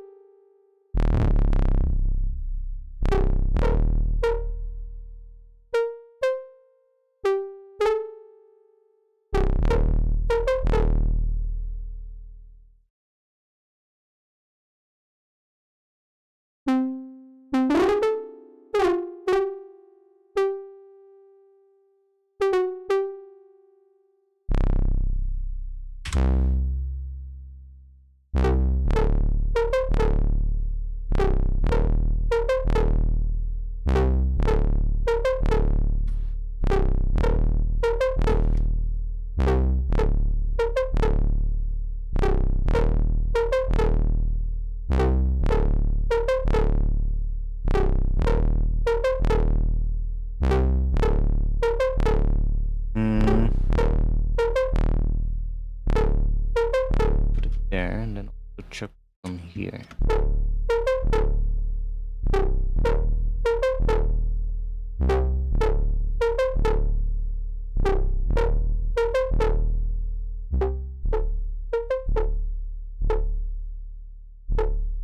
Ooh. That's kind of cool.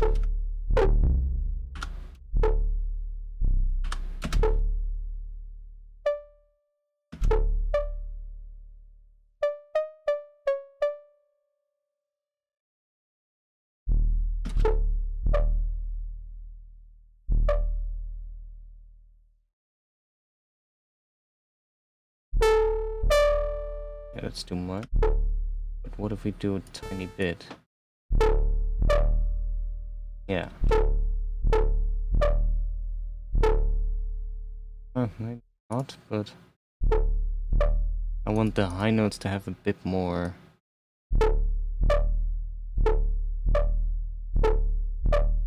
Like that.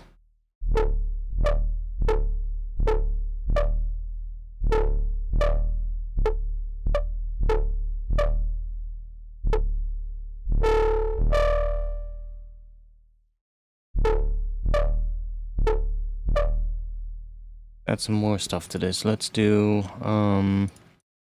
let's add maybe, I forgot where that is, but we can search for it. Forgot which category I added that to. Disperser, but let's just grab a disperser. Maybe set this to a D something. Kinda cool. There's a bit of that kind of watery kind of sound. I'm not too concerned what the pattern is doing at the moment, but just listening to that sound itself and what it sounds like. And now let's maybe do some more distortion. Why not?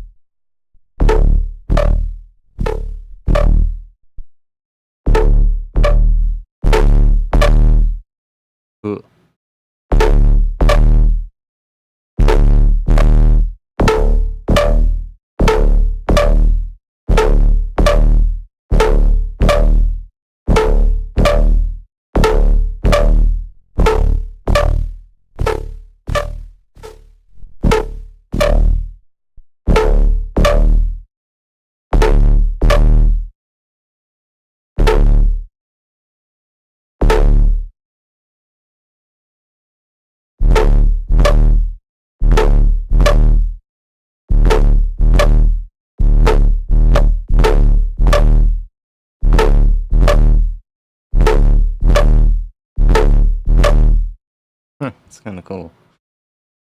And also, if we align these, what do we get then?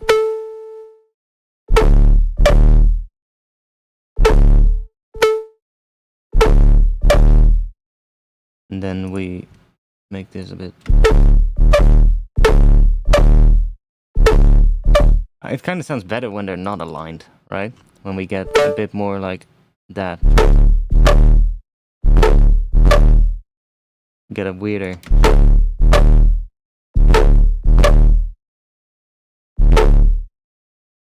But like that could be a sound that we can use.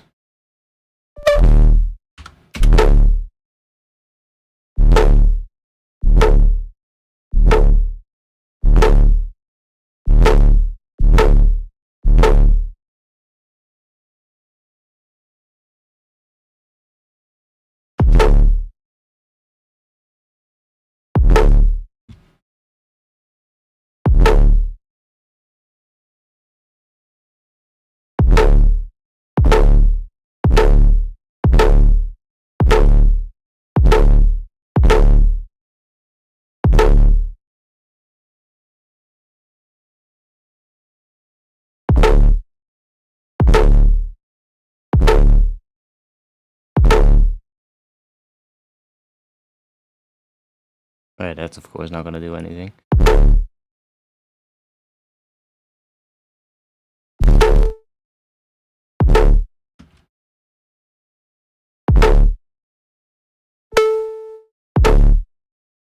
Ooh.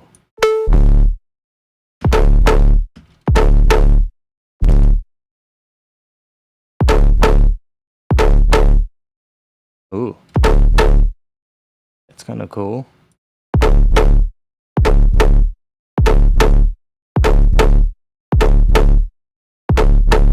Okay, fuck it. We're gonna do a completely different drop. We're gonna go for something more.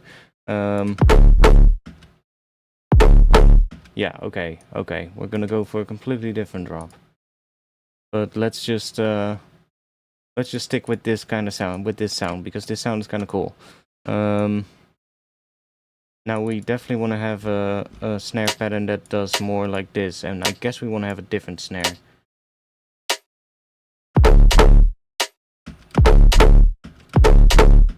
Okay, that sounds weird, but that's because our snare is also not sufficient for this kind of a bass.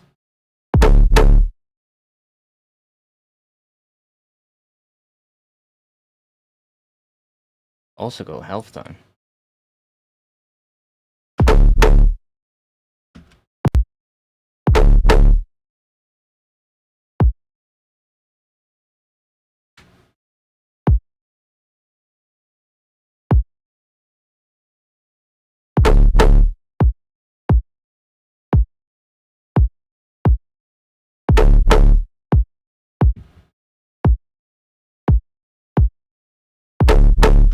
Let's see, do we have a big fucking snare? Snare.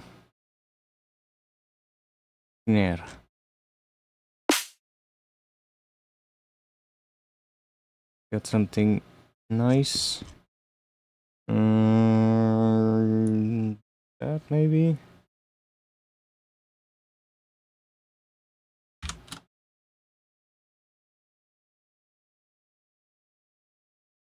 Why is that not on here?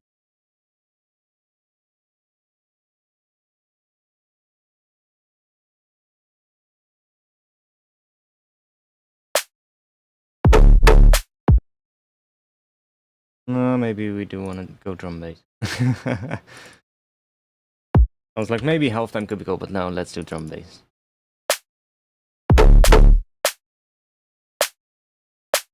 Do that.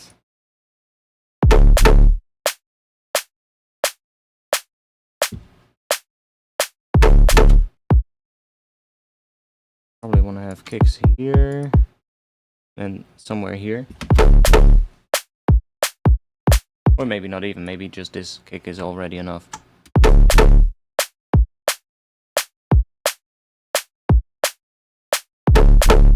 Okay, let's call that snare. The sidechain of that.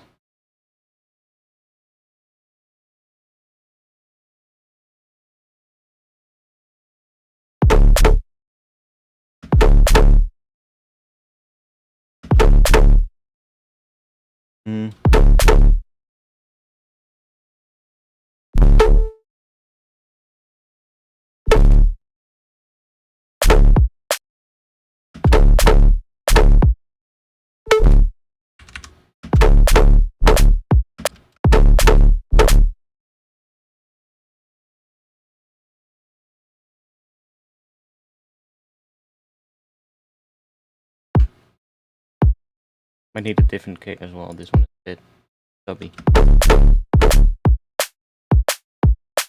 A bit too stubby, maybe.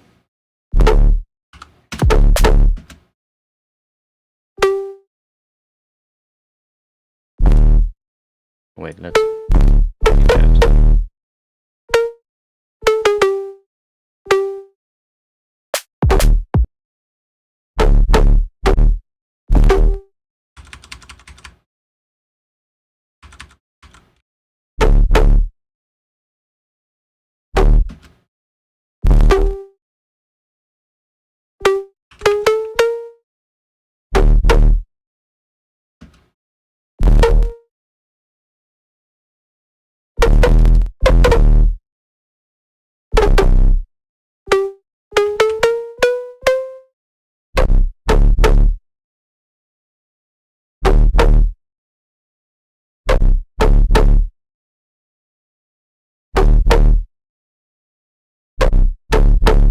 Weird sound.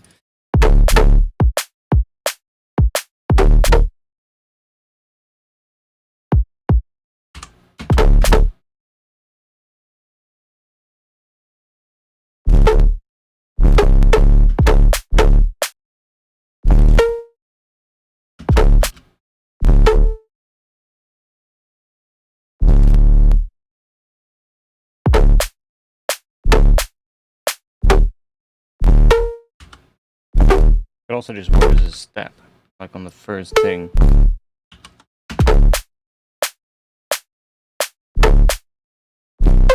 Okay. That would also be good, and then have like other sounds as a response to it.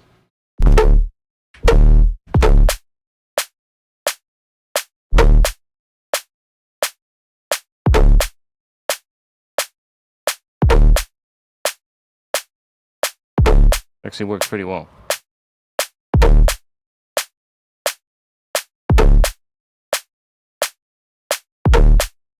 That works pretty well.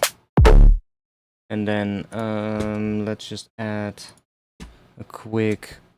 Damn, there's something in my eye. One more. A little eyelash in my eye. That's not nice of you, eyelash. God damn it. There we go. Let's see. Let's some kind of a hat we want. Do we use addictive drums? Sounds like it's part of the kick. Yeah, exactly. That's nice. That's what we want.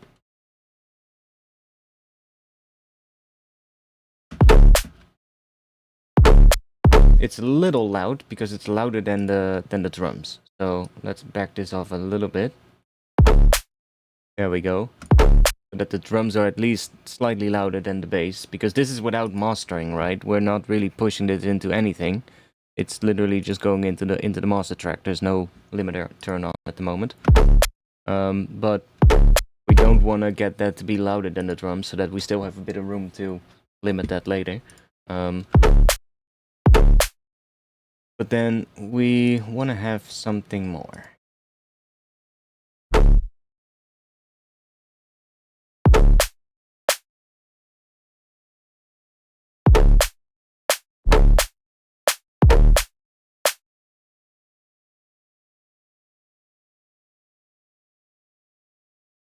Wait, let's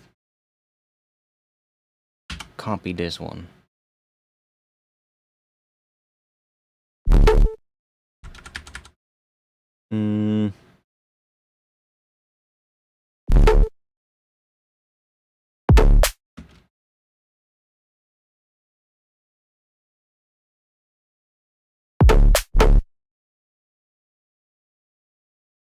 I'm hearing something that we want to have in, like, what is that? Triplets? No, not triplets. Dotted timing. But...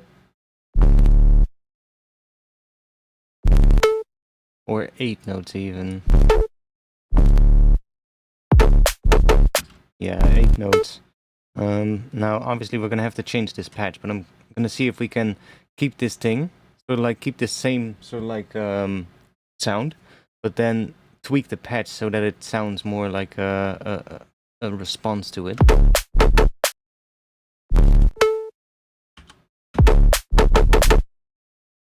Okay.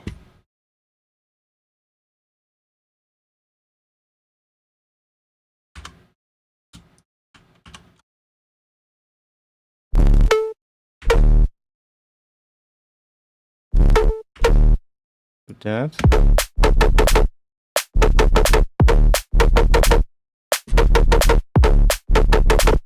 Now, I know that sounds like shit, but didn't we have release on the original sound? Yeah. What the fuck? Why is that back to 0? Serum sometimes does weird things when you copy it, and that's so weird. See, we need that.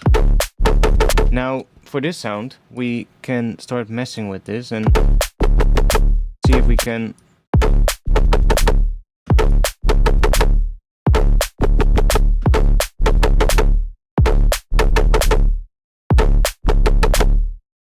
a bit of a...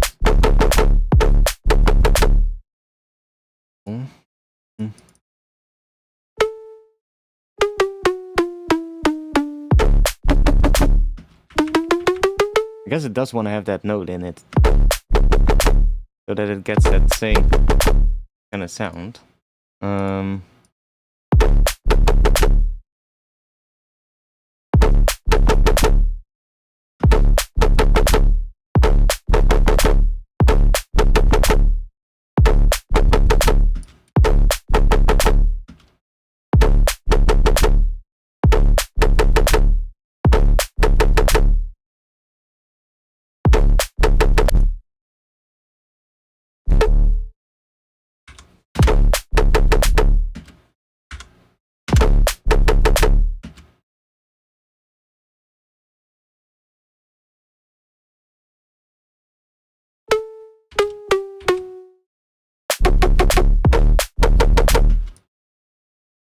Ooh.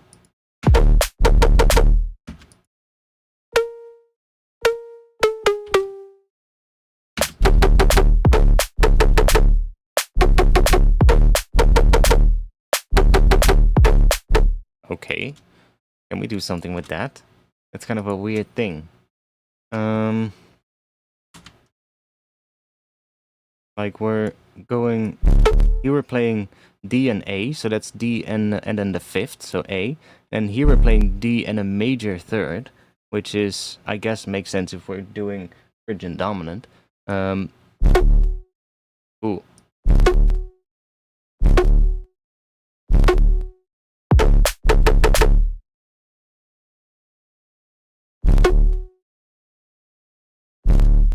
Can we?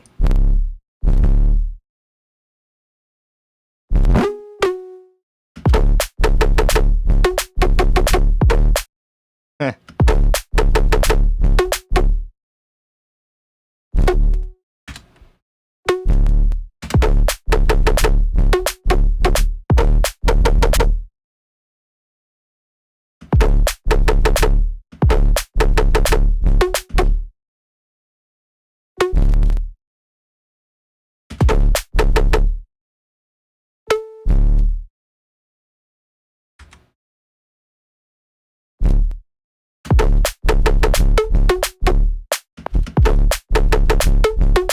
You get so many weird things by just having these notes interacting with each other.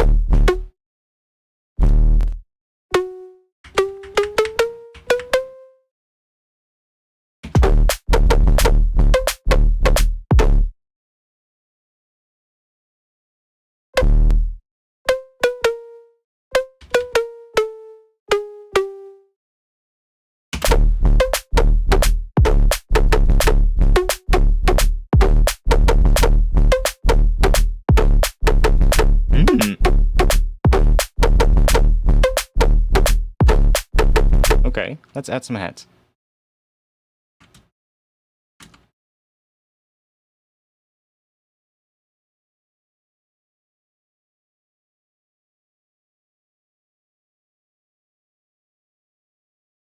Just some 8-note heads for now.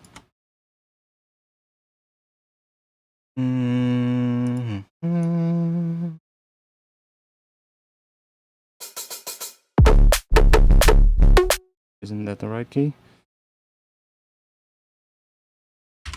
There we go. this longer.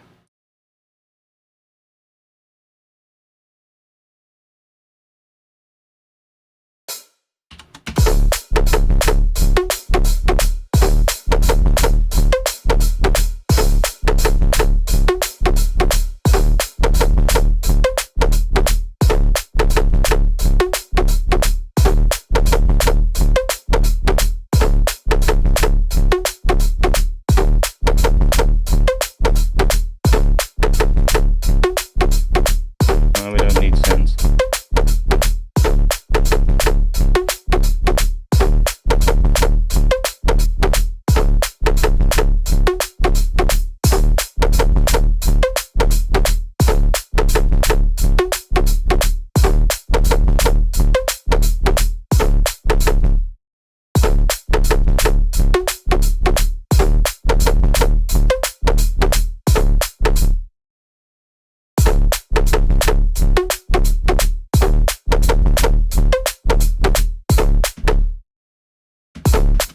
Now, I don't like it yet still, but we need to do automation on this as well. Like, if we start automating the time here subtly, we will get also some pretty cool things, I guess, if we go... I might have to set the macro up for that, because curve is... yeah, it's gonna change a lot really quickly, so... Let's see, we can get some timing differences, which is probably going to be nice. Or we could make this shape sort of like change as well a little bit. And I guess we want to do just some more weird shit on it to kind of make these sound more interesting. But you can hear that with the heads, we already get a bit of a thing that has a groove.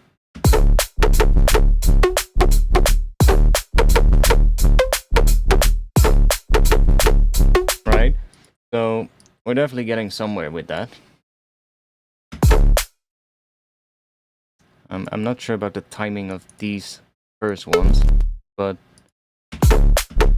might like we do that. Could also be cool, having them a little bit later. Let's try this real quick. Let's just move this aside so we don't lose that one.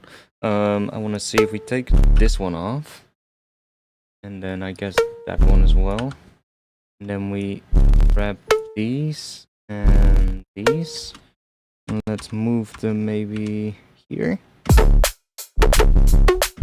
or there. I guess this one wants to be there too. Like that could maybe also work.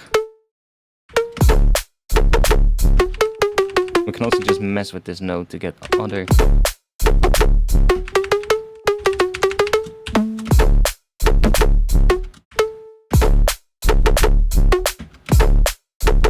But I guess that just repeats.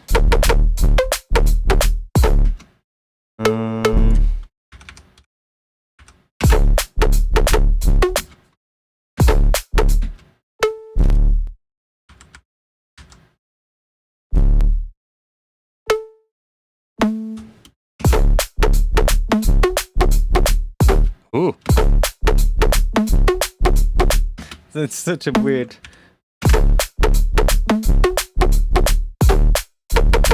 That's actually kind of cool.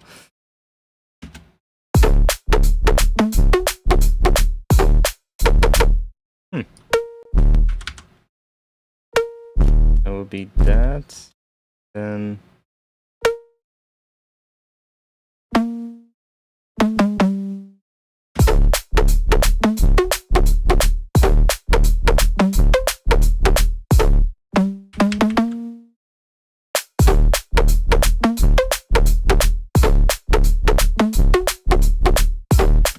I mean, it's kind of a weird sound.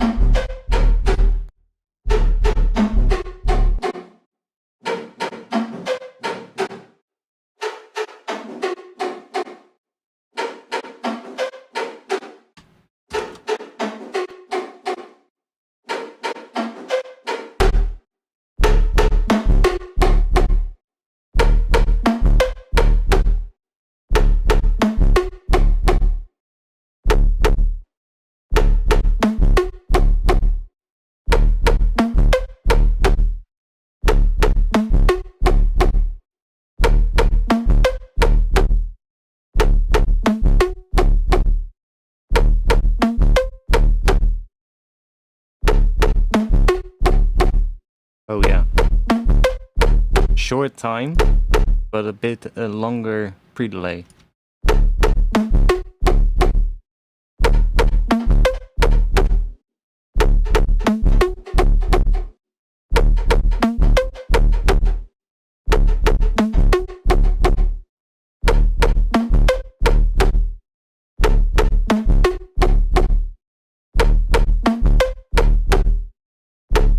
We can try it before roar as well, but not sure if it's gonna work. Oh, that actually worked pretty well. Ooh. Ooh, thanks for that one. That's much better. Now, obviously, we need the same on this one. You know what actually would be good? What if we just take this? Or let's undo that. I was like, should we do all the processing on a group and just have the dry on the individual tracks? Like that might be good. Just having this and grouping these together, then just chucking that on the group, and we can remove this here. You can always move things back to the tracks, like, and then we just have this. So now it's automatically applied to both of them.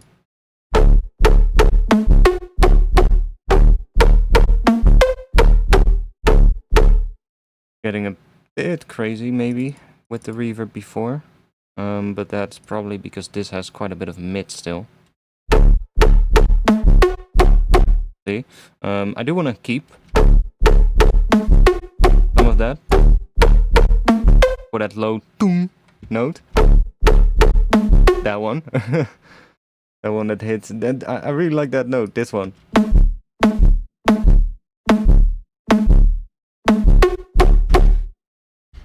But maybe if we just do a little, maybe if we just do a little bit of a shelf here, so that we get that.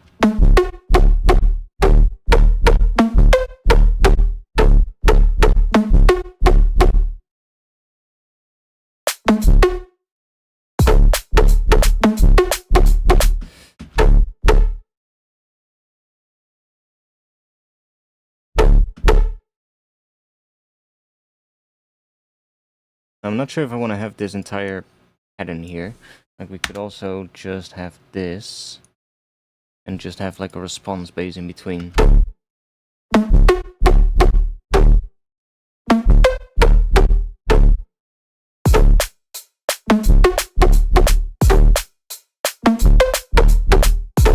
That might be better.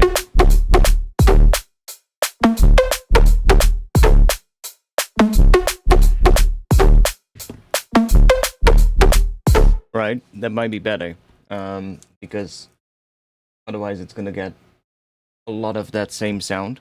I usually find I do that way too much, where I just write a pattern and I just have one sound just playing throughout the entire pattern, whereas I should rely a lot more on like call and response and taking bits out here and there and then having another sound fill that gap.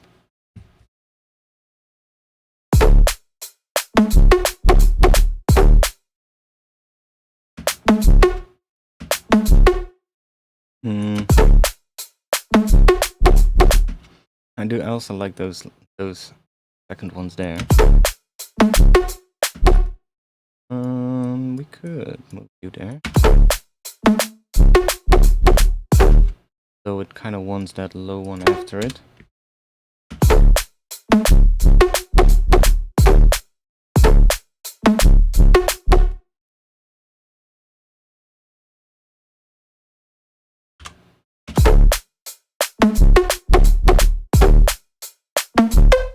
Okay, what happens if we add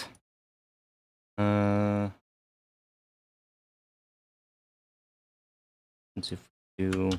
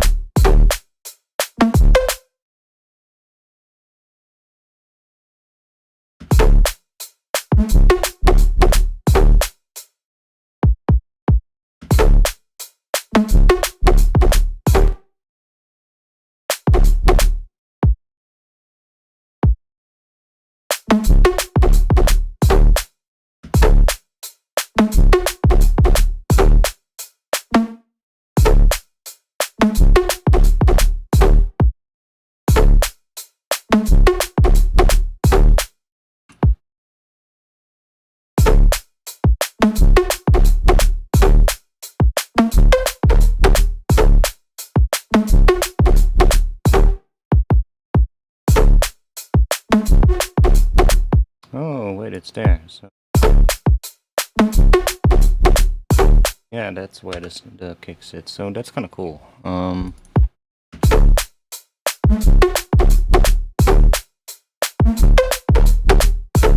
that.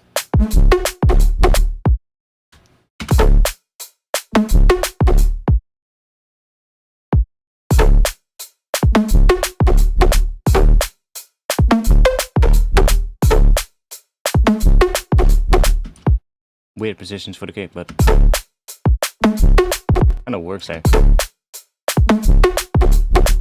You get a weird sort of like interaction between snare, kick, and then that sound. Kind of cool. Add the shakers in that we had.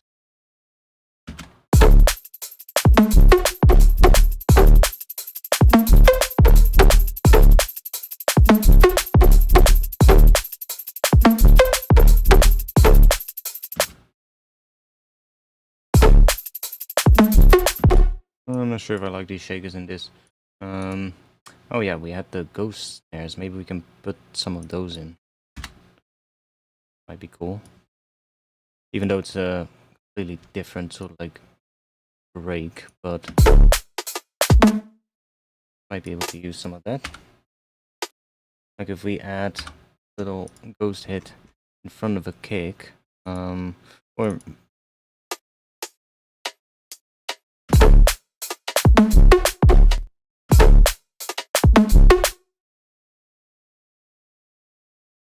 do we have? Yeah, what if we added?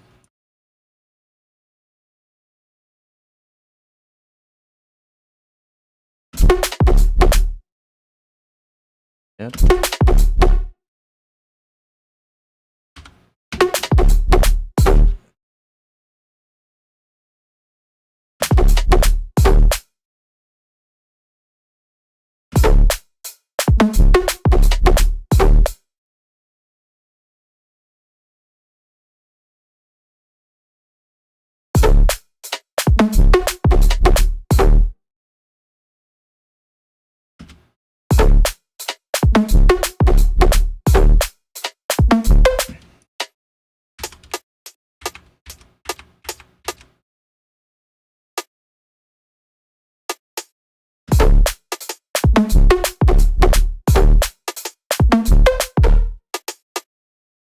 Nah, maybe we'll find something else for this.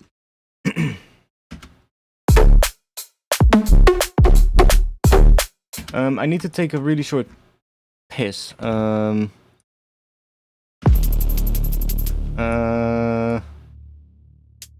Yeah. I guess you'll just listen to the intro music real quick of the stream. I'll be back in like give me a minute.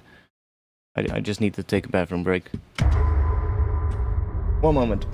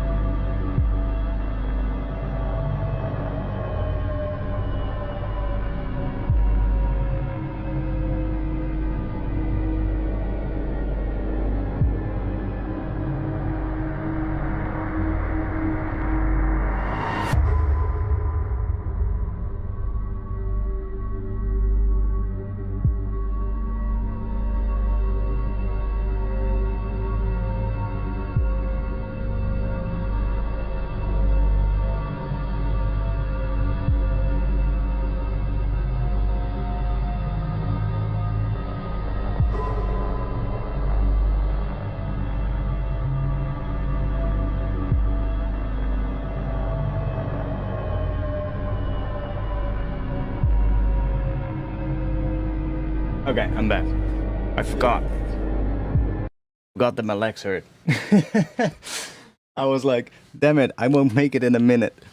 My legs hurt too much. I can't run down the stairs.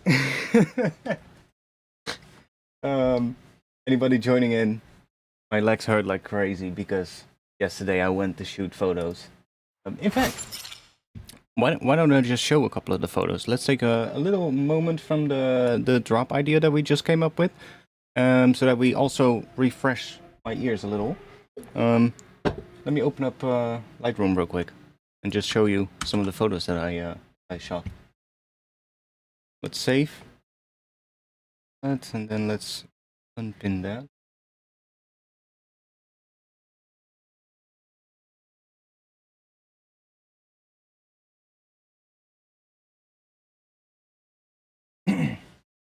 My legs hurt so fucking bad though.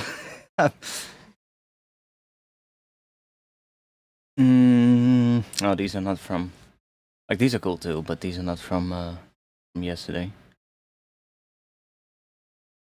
Lightroom is a little bit slow though, because there's a lot of photos in here. I shot 876 photos yesterday. Now, there's a lot of duplicates in there, because most of the times when I shoot a photo, I definitely shoot every photo multiple times, because you never know. Sometimes the first one is a little bit blurred, and then because you move the camera a little when you press the shutter, and depending on the settings, you know, sometimes you want to make sure that the second one or the third one is also captured, because usually those are sharper. But yesterday I went to this garden and it looked pretty nice actually.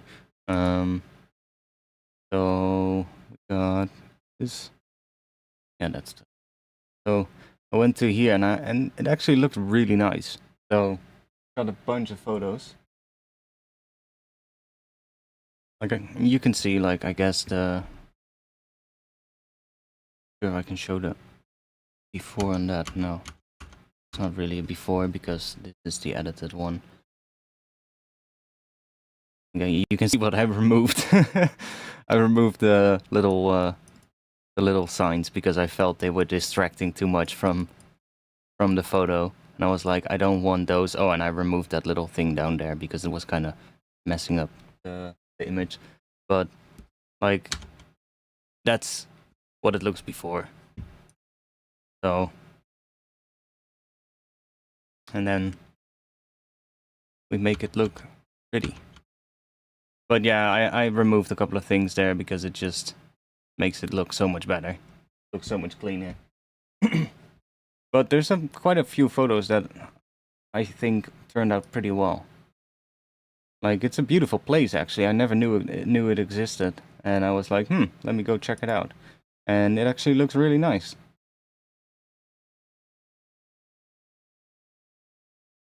Yo, Pierre.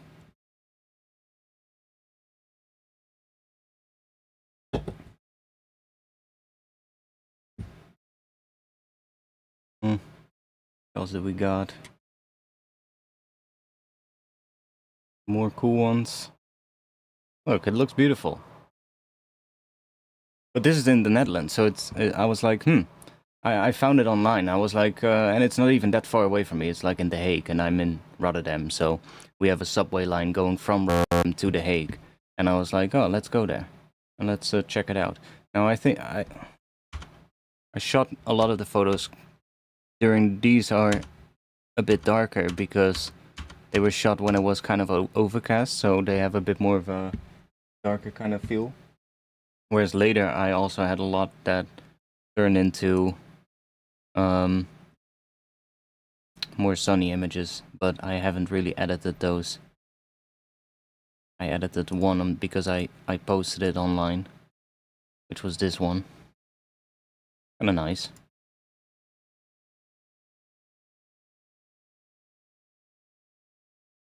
But a lot of ones I haven't edited yet. See, let's go to where it became sunny, because those look pretty nice too. But look, it's a really nice place. Definitely for photos, and definitely some nice photos there. And I see we're losing viewers, so I'm gonna don't worry, I'm gonna hop over back to Ableton.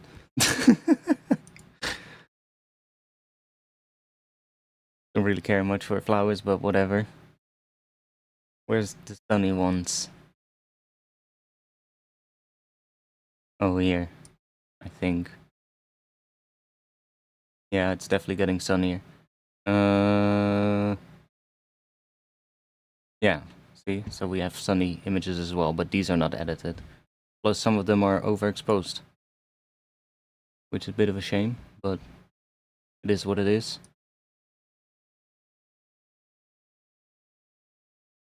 Really difficult to see if the exposure was right on my screen, but I think most of them are right. Like, it's not that bad because, see, not that bad.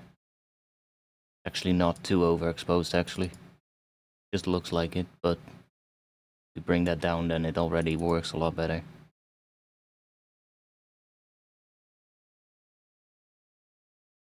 But yeah, it was a little fun place.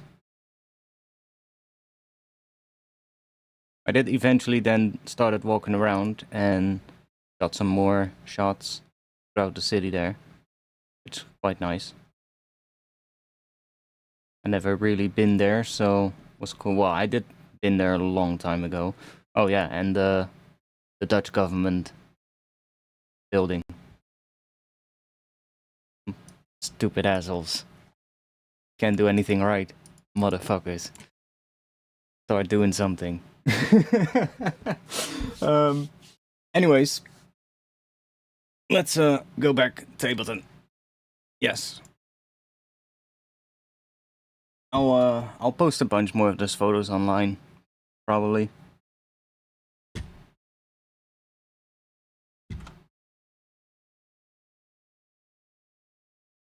Where's our thing here? Yeah.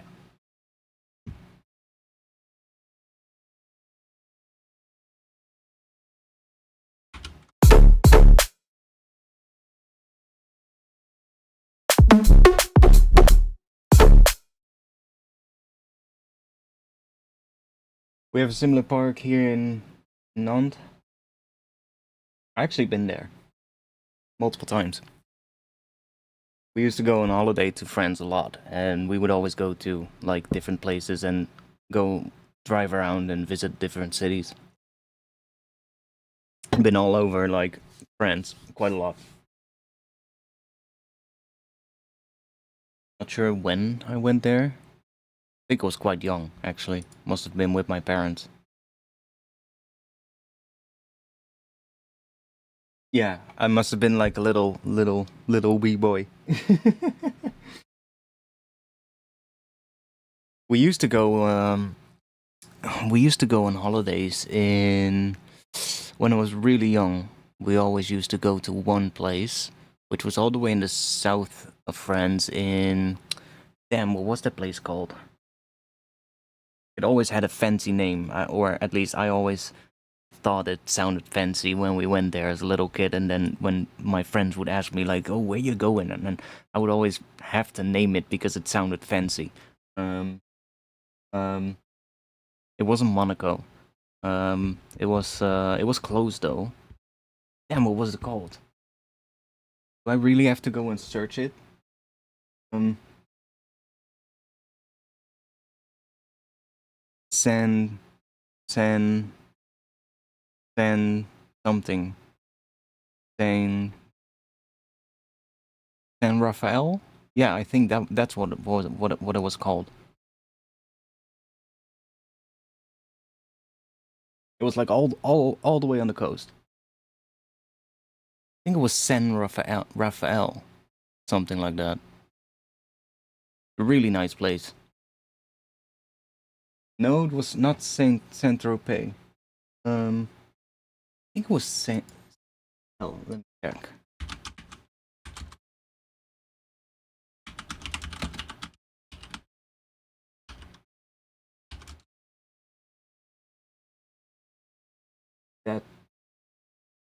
That looks like it could be.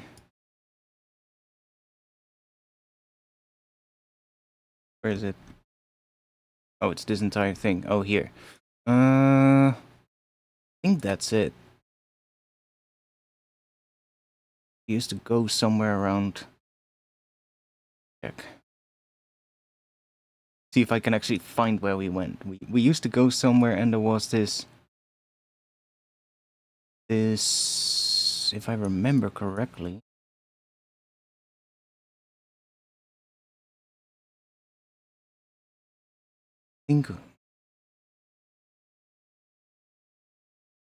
Remember, this thing was really close. It must have been somewhere around here, where we used to be. Somewhere around here, this area. And then I remember there used to be all these tiny little beaches everywhere. And that was really great. Because like these are not too far down, but there used to be along this road. Like here, for instance, where you have all those cliff things, and you had all these little beaches everywhere. And then usually all these houses would have like little staircases leading down to all those beaches. And there's some gems of beaches down there where like there's absolutely nobody, and you can just chill there and have the entire beach for yourself, which is really cool. Like obviously like around like here where all the houses are, you have like the same kind of beaches everywhere, like right here, and there's a lot of people there. But all the way here, like just outside of it, where it's a lot less, there's all these tiny beaches, and they were really nice to go to. I still remember that. I think it was somewhere here. This area, somewhere here.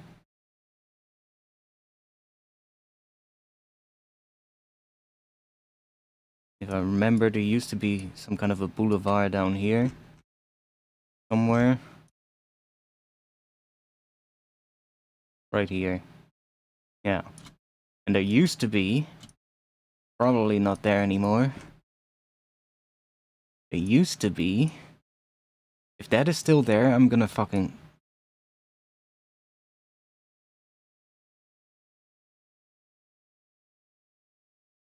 I don't think it is. I don't think there is. No, it doesn't look like there is. There used to be this thing where you could drive go-karts as a little kid. And it was somewhere along the boulevard here, and there was this little, I think it was somewhere here around this roundabout where this harbor was as well, somewhere here or here, and there was this go-kart track. And I remember I was scared shitless to go on the go-karts until one time my dad just put me on. Maybe it was here. And after that, I just wanted to be on the go-karts the entire holiday. I think it was, yeah, it must have been around here. But I've been all over here.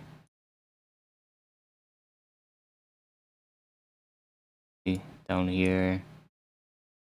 Yeah, I've been almost everywhere along the coast along my youth. Oh. Damn it. I moved it too far up. There we go.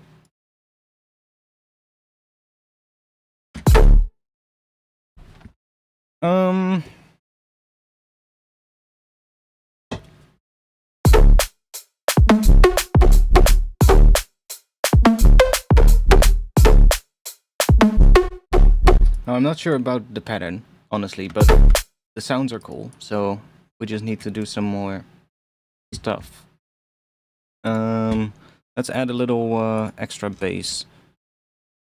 I guess what we could do is just maybe add a noise bass, maybe?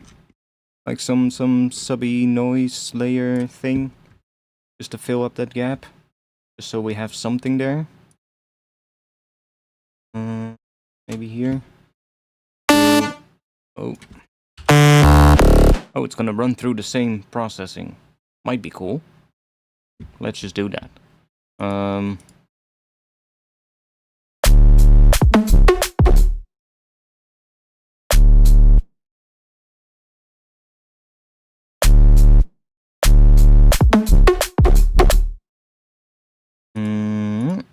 Grab you.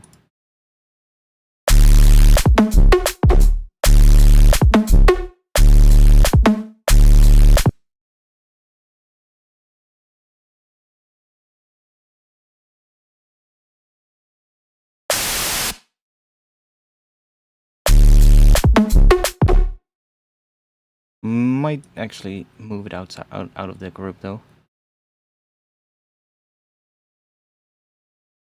Which is gonna make it sound a lot quieter than the other sound, but but that way we have a bit more control over it.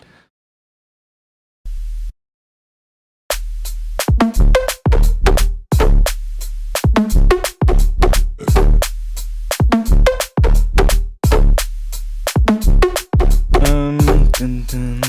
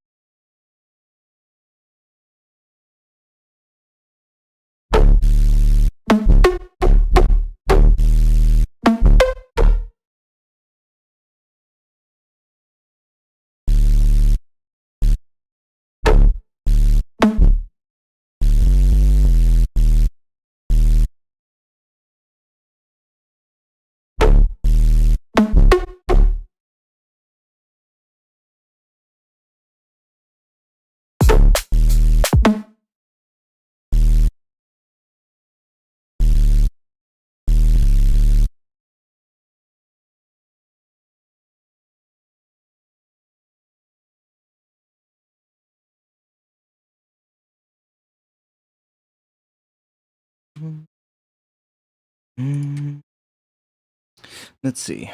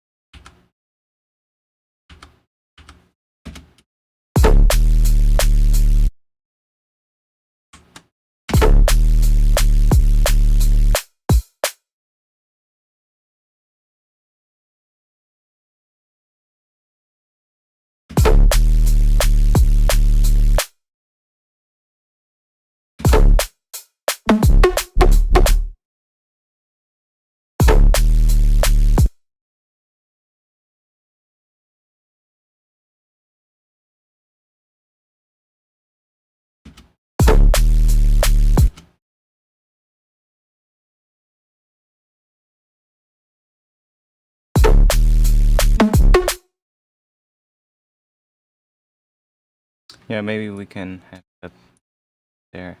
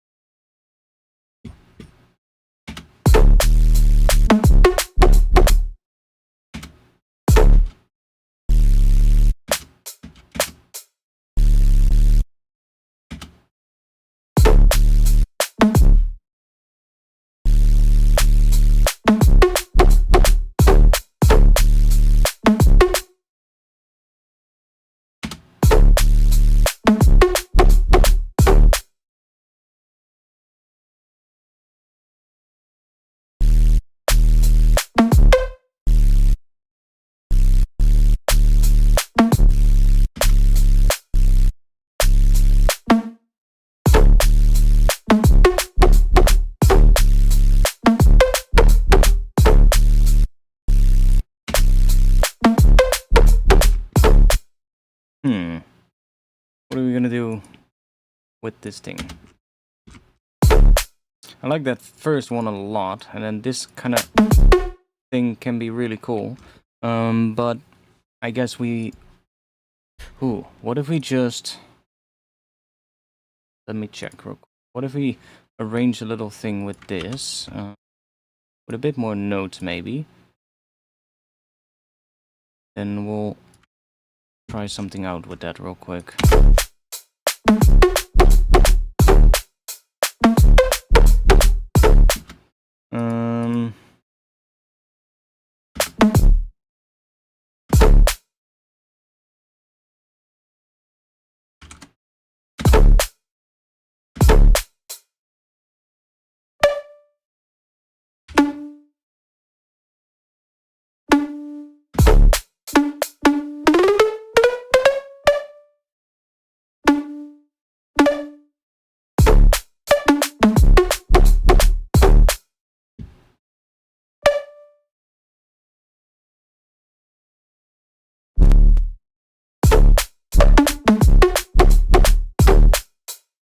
Yeah, okay. Do that. Then we want to have a similar thing here.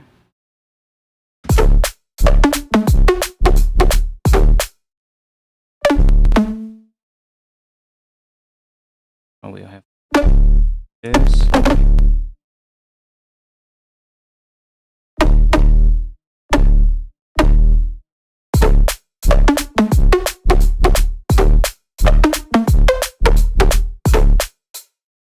Sure.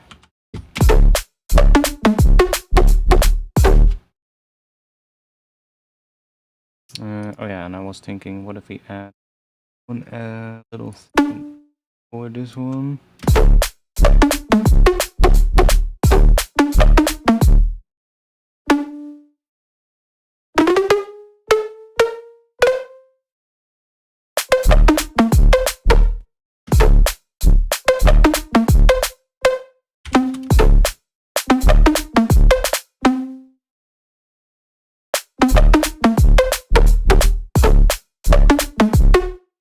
Just want to have more notes basically, and then I'm gonna resample it again after.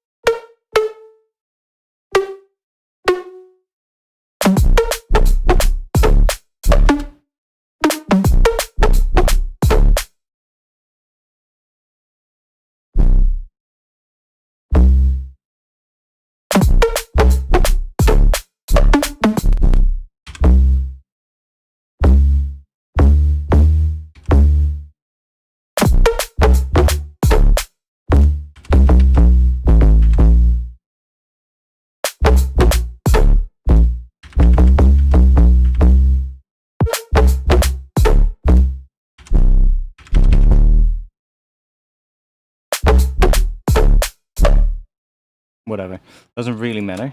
I wanna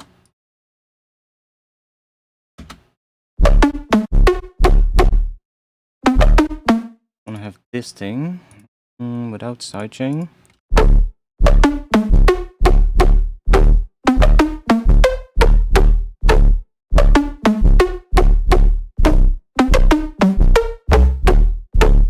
Sure, let's grab that real quick. Just do this. Let's see. Normalize it. It's not really important, but we could turn it on. And let's save that in. Check real quick. and find the folder.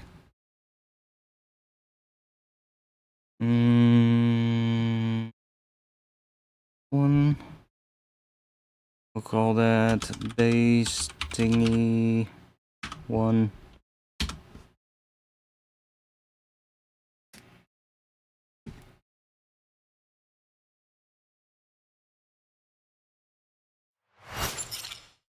Okay. And now I want to make a new track after this group. I'm probably not going to use this layer. Only going to use this first step.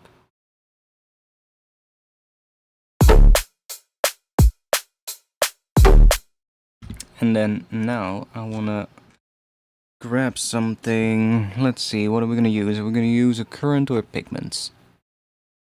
We do a current? Always try pigments if current doesn't work. And Maddie, I've explained that so many times, I'm not even gonna bother. Sorry. Don't get offended, but maybe somebody in the chat wants to. I'm not interested. To explain. Anyways, let's grab the sample. Where is it? Should be in here. Oh no, wait, it should be in here. Yeah. Drop that here. So we got all these things. And we can find a piece. So let's put a note in here.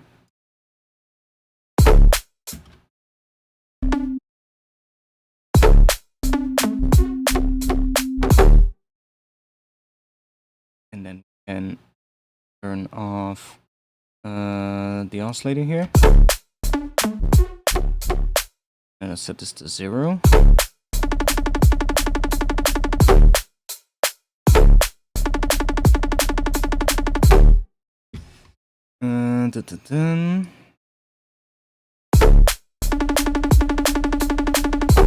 Now we have this, so we can get all these interesting little pieces. We'll probably want to put in a couple of more notes. Maybe have them start here. So we can hear what we're doing.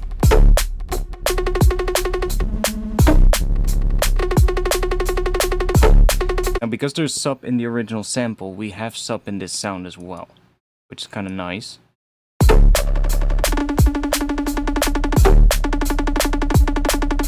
Okay, so we could actually use the sub from the sound if we want.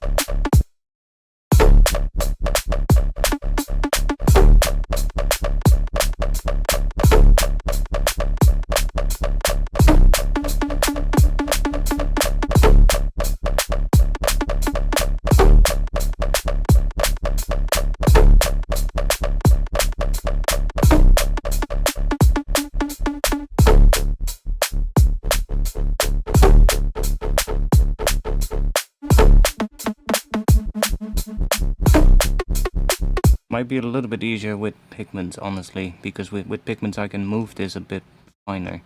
Let's try pigments real quick. Which kind of same thing though. We could even do it with a sampler, honestly. But I find granular things to be quite easy to use for this kind of stuff. So if we just grab the sampler, we just chuck the sample in there, and then we turn this on. Don't want this. We get that, and then we can also get some weird rhythms this way.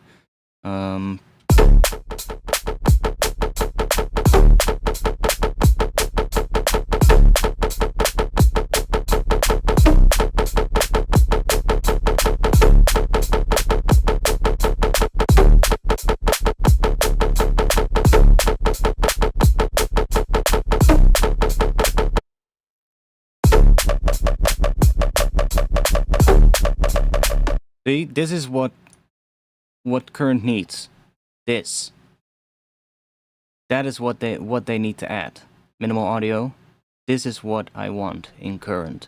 Being able to zoom in and see what is happening when you have a longer file. That is literally the only thing they need to add. And then when you zoom in, obviously this has to get finer as well when you move it. Because look, that's the exact same response when it's zoomed like this or zoomed like this. See? But when you zoom in, this control gets a lot finer. So you can really tweak it very precisely versus when it's like that. See? Now it's almost impossible to tweak it. But if you can do that, and I know they changed the thing where you can hold shift and then you can use the... Where's the position? Oh, it's here. And then you can do shift and then have fine control in current. But still, if you zoom in, you can see it. And that's so much easier.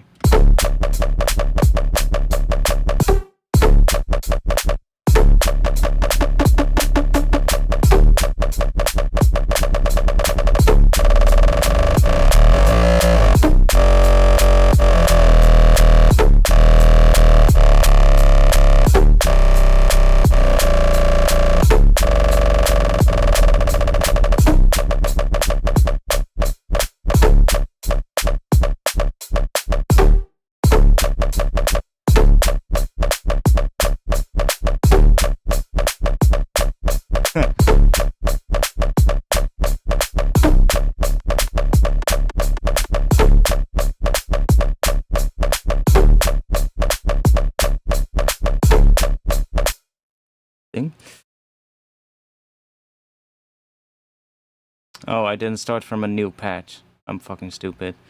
Let me do that real quick, because otherwise everything here is gonna be hooked up to stuff, which is really annoying.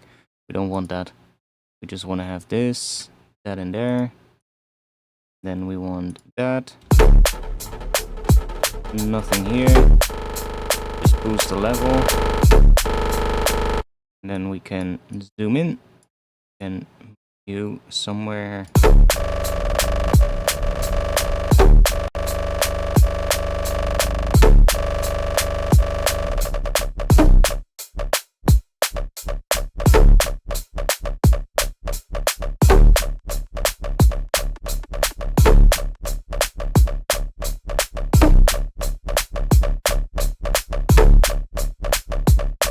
Oh yeah, and we want to change this to that. We have a bit more level. We could maybe also do... Let's try this one. Doesn't really matter. But then we can use this envelope. And we can assign that to maybe here. And we get all those kind of options.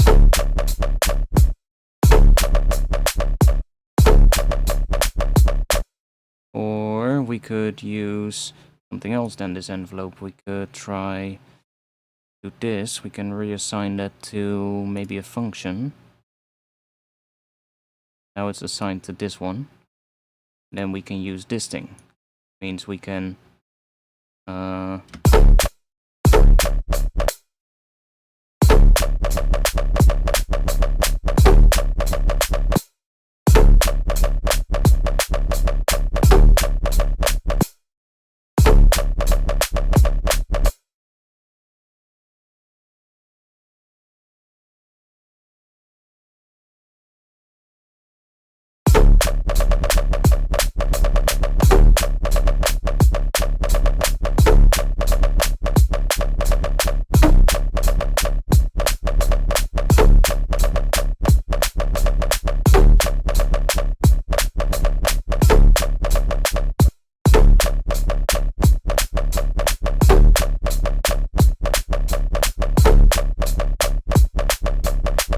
Oh.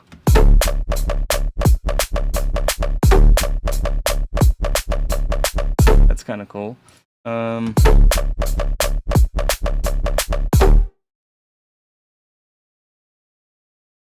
Now, if we set this to one-shot mode, that last one is just gonna extend, and then we could use another function. And let's, I mean, I guess I could do it in here as well if I slow this down even further. Can we change the grid size? I don't think we can change the grid size. That would be nice. But if we go to 2/1, then we need to move you here, to there. You're gonna go here. You're gonna go there.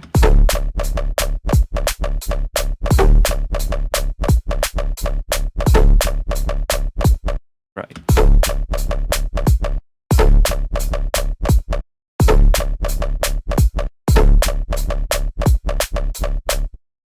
Then we can do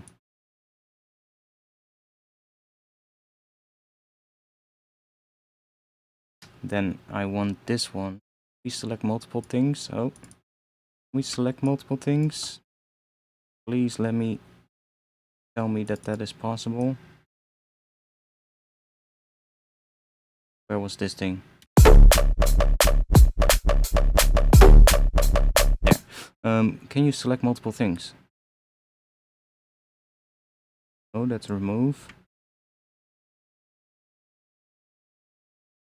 I guess we cannot. Okay, that's annoying. I wish we could move these 2 points up and down. Oh, bar kind of works. That kind of works. And back to here. Ever so slightly, but it's snapping. Can we turn it off? Magnetize. Nice. You there. And then we can increase this range a little.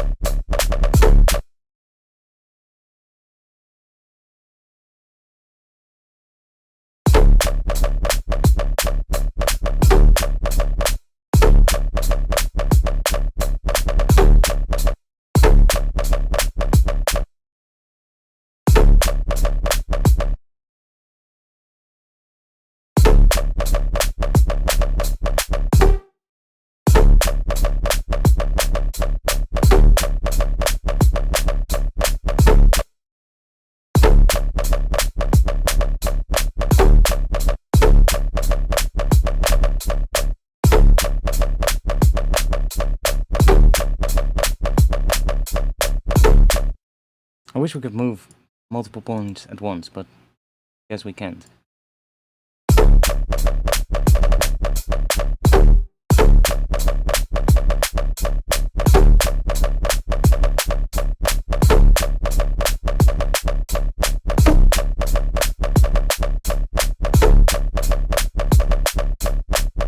I know it's repeating the same thing over and over again, but bear with me.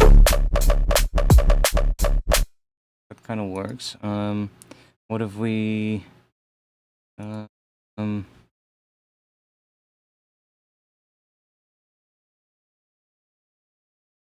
the macro and then on here go down.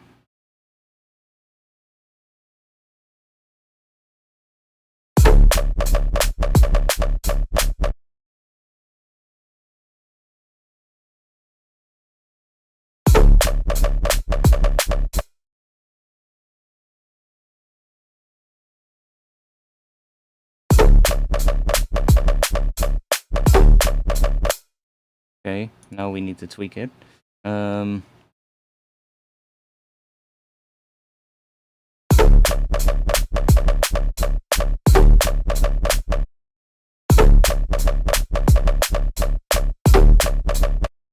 kind of works.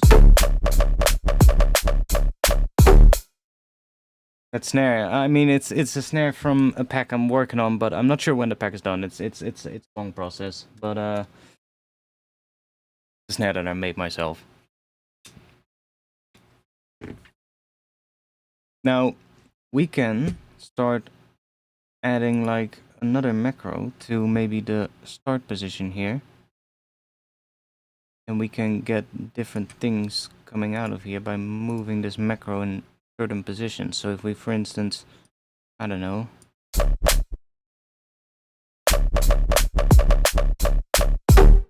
we have these two things here. If we, I don't know, move that one or maybe this one to a different place,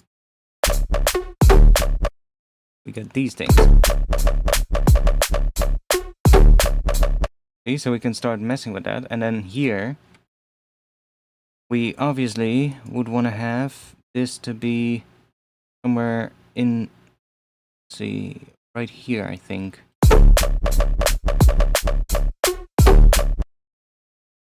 So, I guess we can make this range bigger.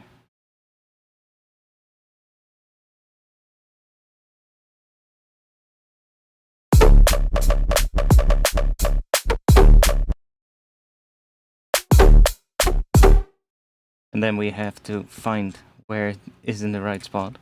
We can find that if we do that. This.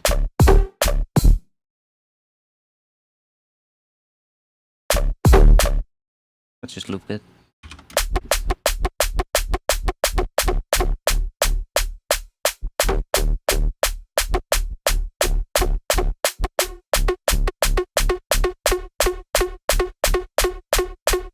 Right there.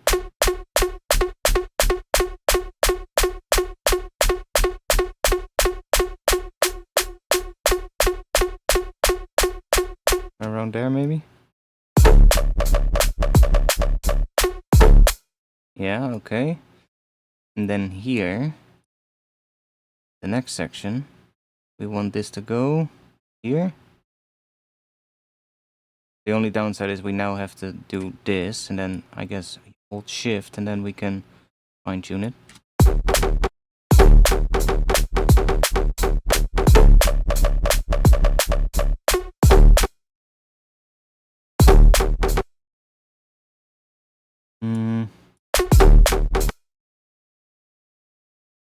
Let's see, there was another automation, then we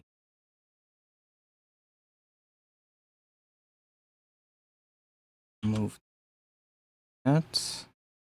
Wait.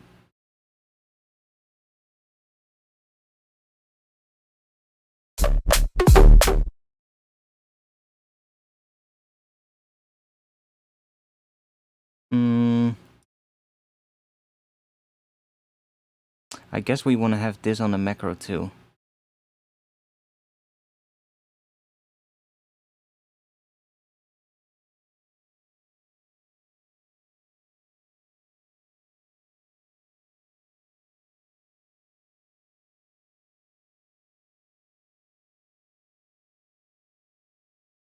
Now it's gonna do that again. And we have to automate this. That's fine.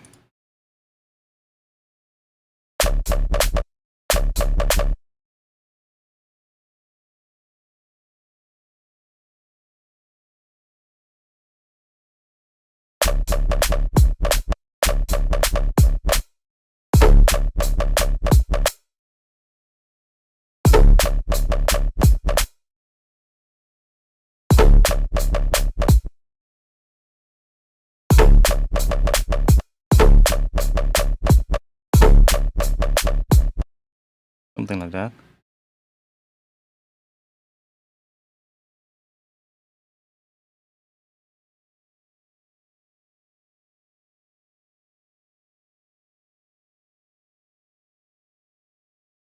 More like that.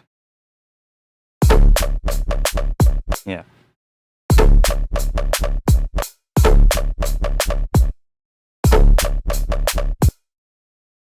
Then here we had another thing.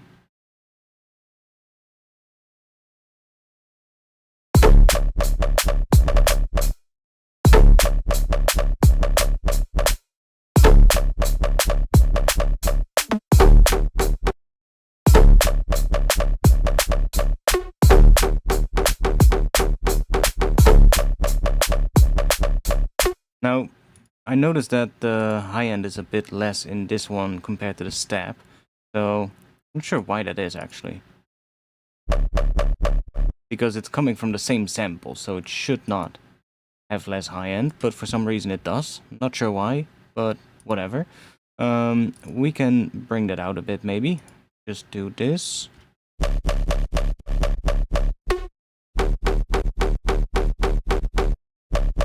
And then maybe we'll just add do that.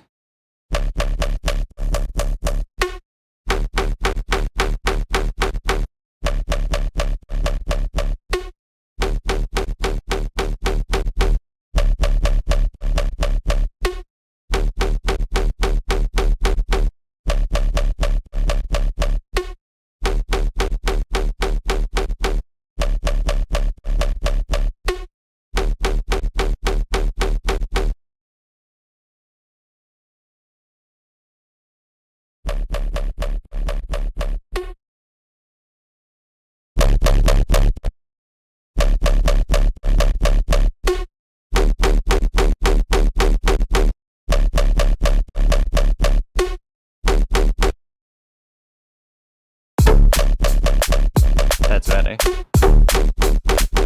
That's more similar.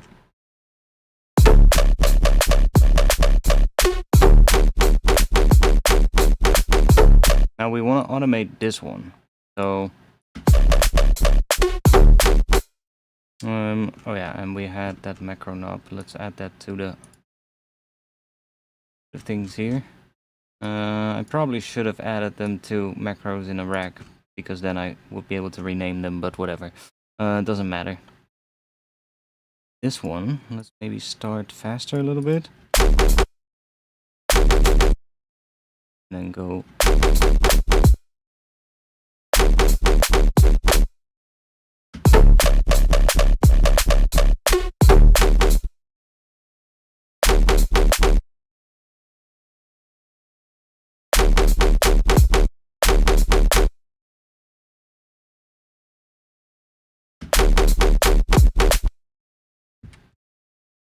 We had another one. When was it? I think it was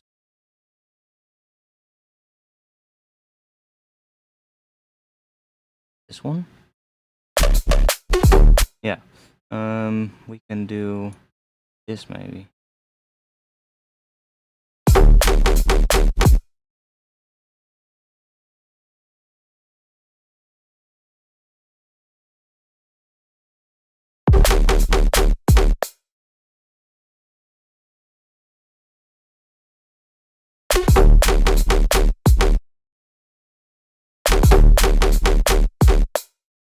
We need to tweak this ever slightly.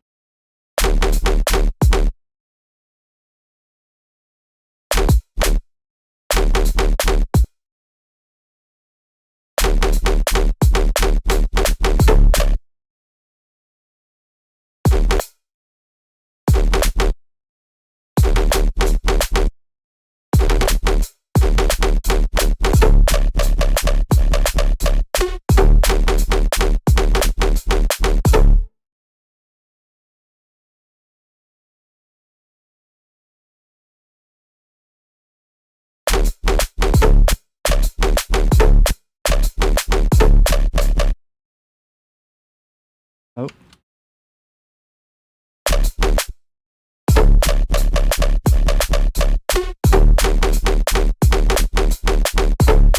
Yes.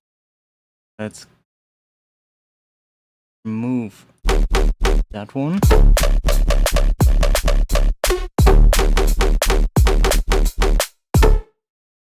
a little bit off, but it's close enough for now. And then we want to mess with this position now, I think.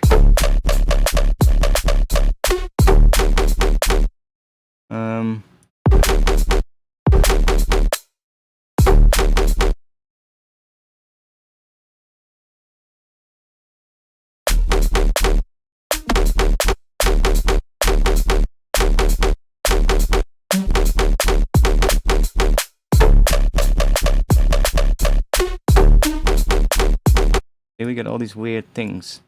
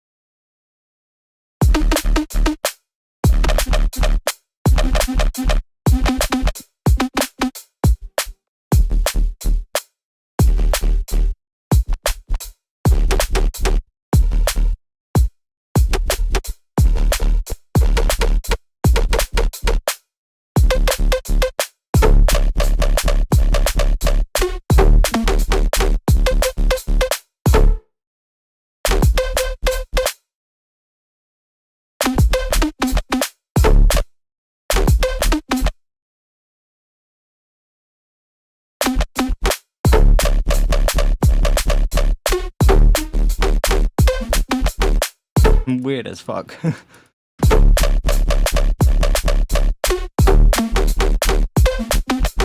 It's gonna be a lot of tweaking, but you can hear what I'm going at, right?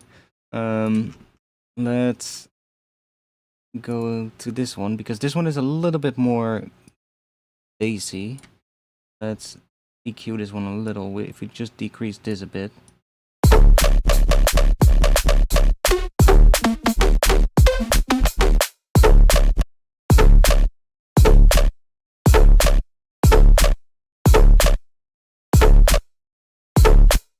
Guess it wants a little.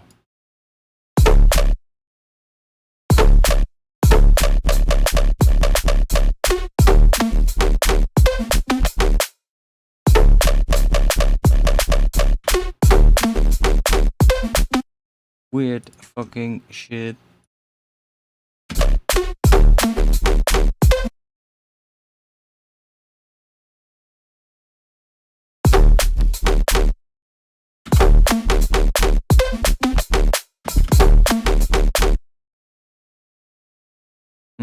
I like that.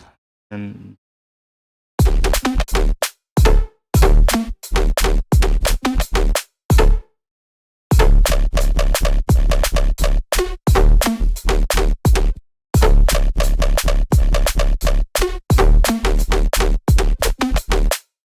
why is it not the same every time? Sometimes it's missing it.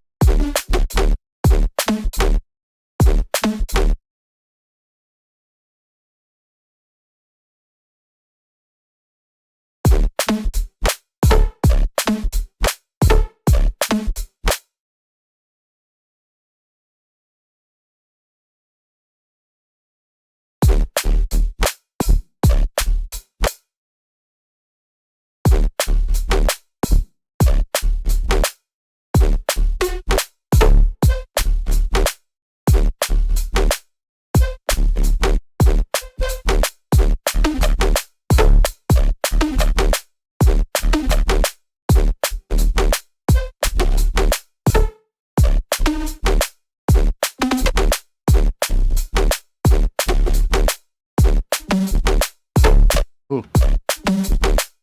But I think it's gonna sound different if we start from here.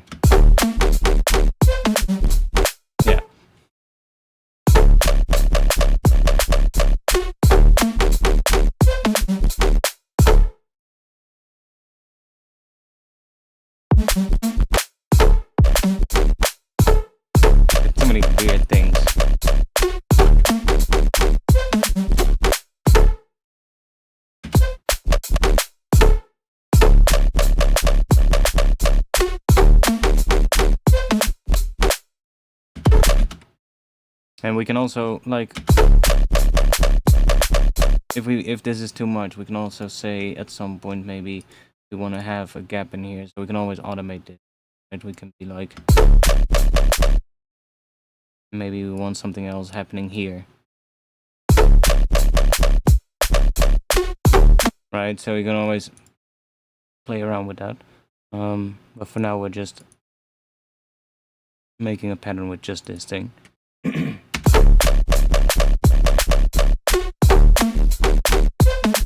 And this part.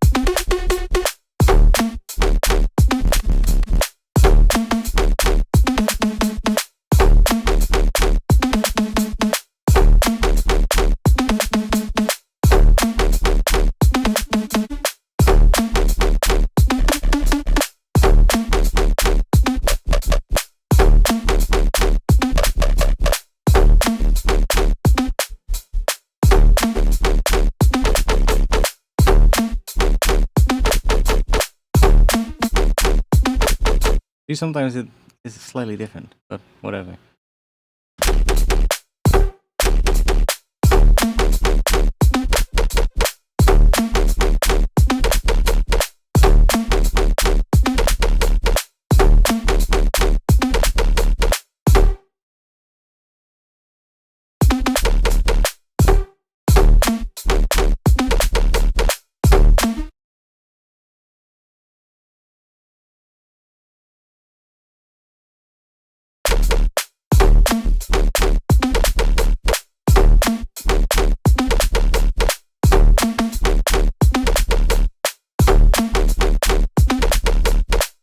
Might have to make another file with this thing, with some other intervals in there, so that we have more things to work from. Because right now I'm not really finding the thing that works for like the other section. First section kind of works.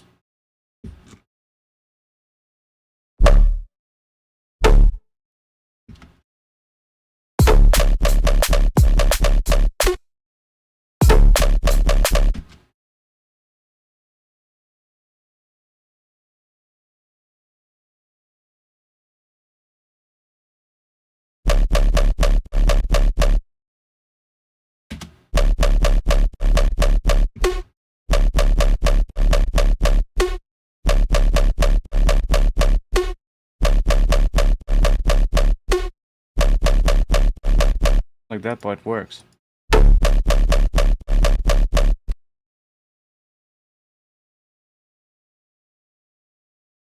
We do a really subtle.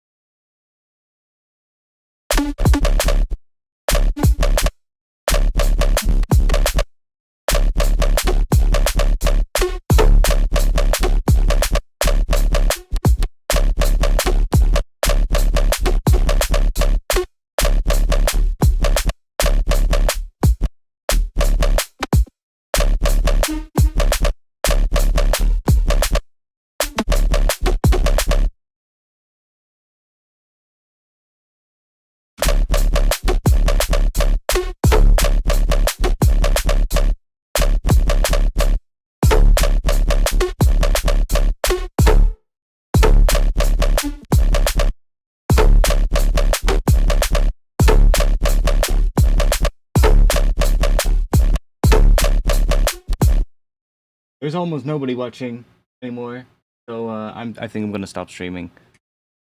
Nobody is watching anyway, and kind of done with it. Kind of like where it's going, but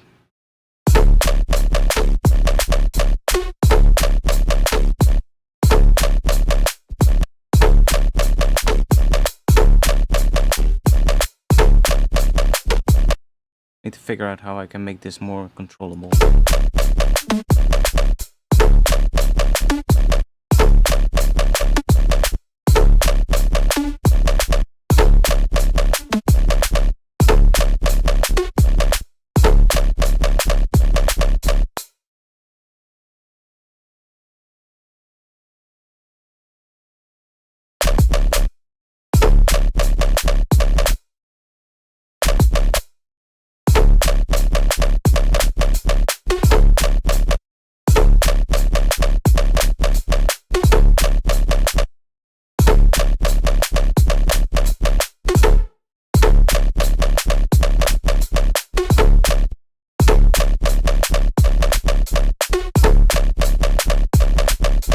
Very subtle automation, but it kind of works to speed it up and slow it down ever so slightly, so you get that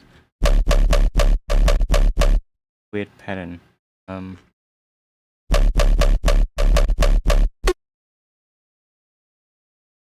probably would make sense to maybe like have that thing on its separate thing, so you have a bit more control.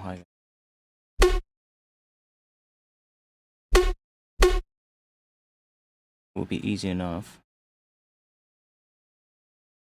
Take this whole thing, do that, and do there.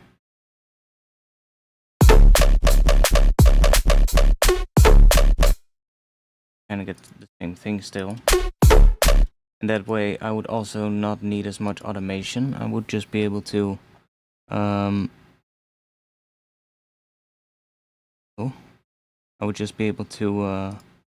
use the position here and just set it to a different spot. And then if I do want it to sort of like move a little, I can always automate it, but that way it would maybe be a bit more controllable.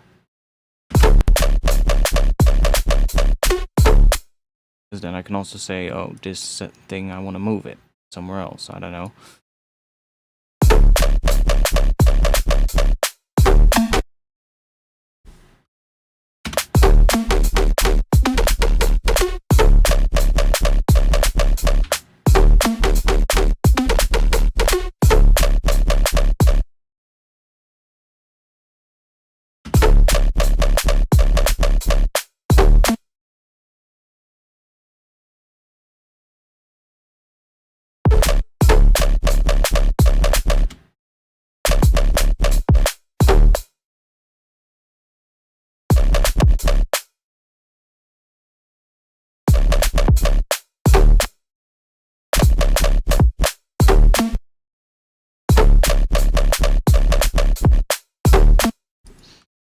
Yeah, that second section is a bit weird. Anyways, I'm gonna stop streaming, and I'll see you all in the next one. Thanks for being here. I'll be back next week.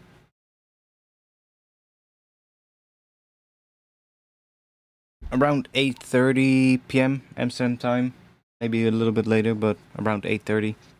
So check out what it is for you. Join the Discord with a couple of people, the 5 people who are still watching. Unless they just have this on their second screen and the audio is turned off, that's also possible because nobody is saying anything in the chat. So for all I know, there's nobody watching. But if you are, then thanks for being here.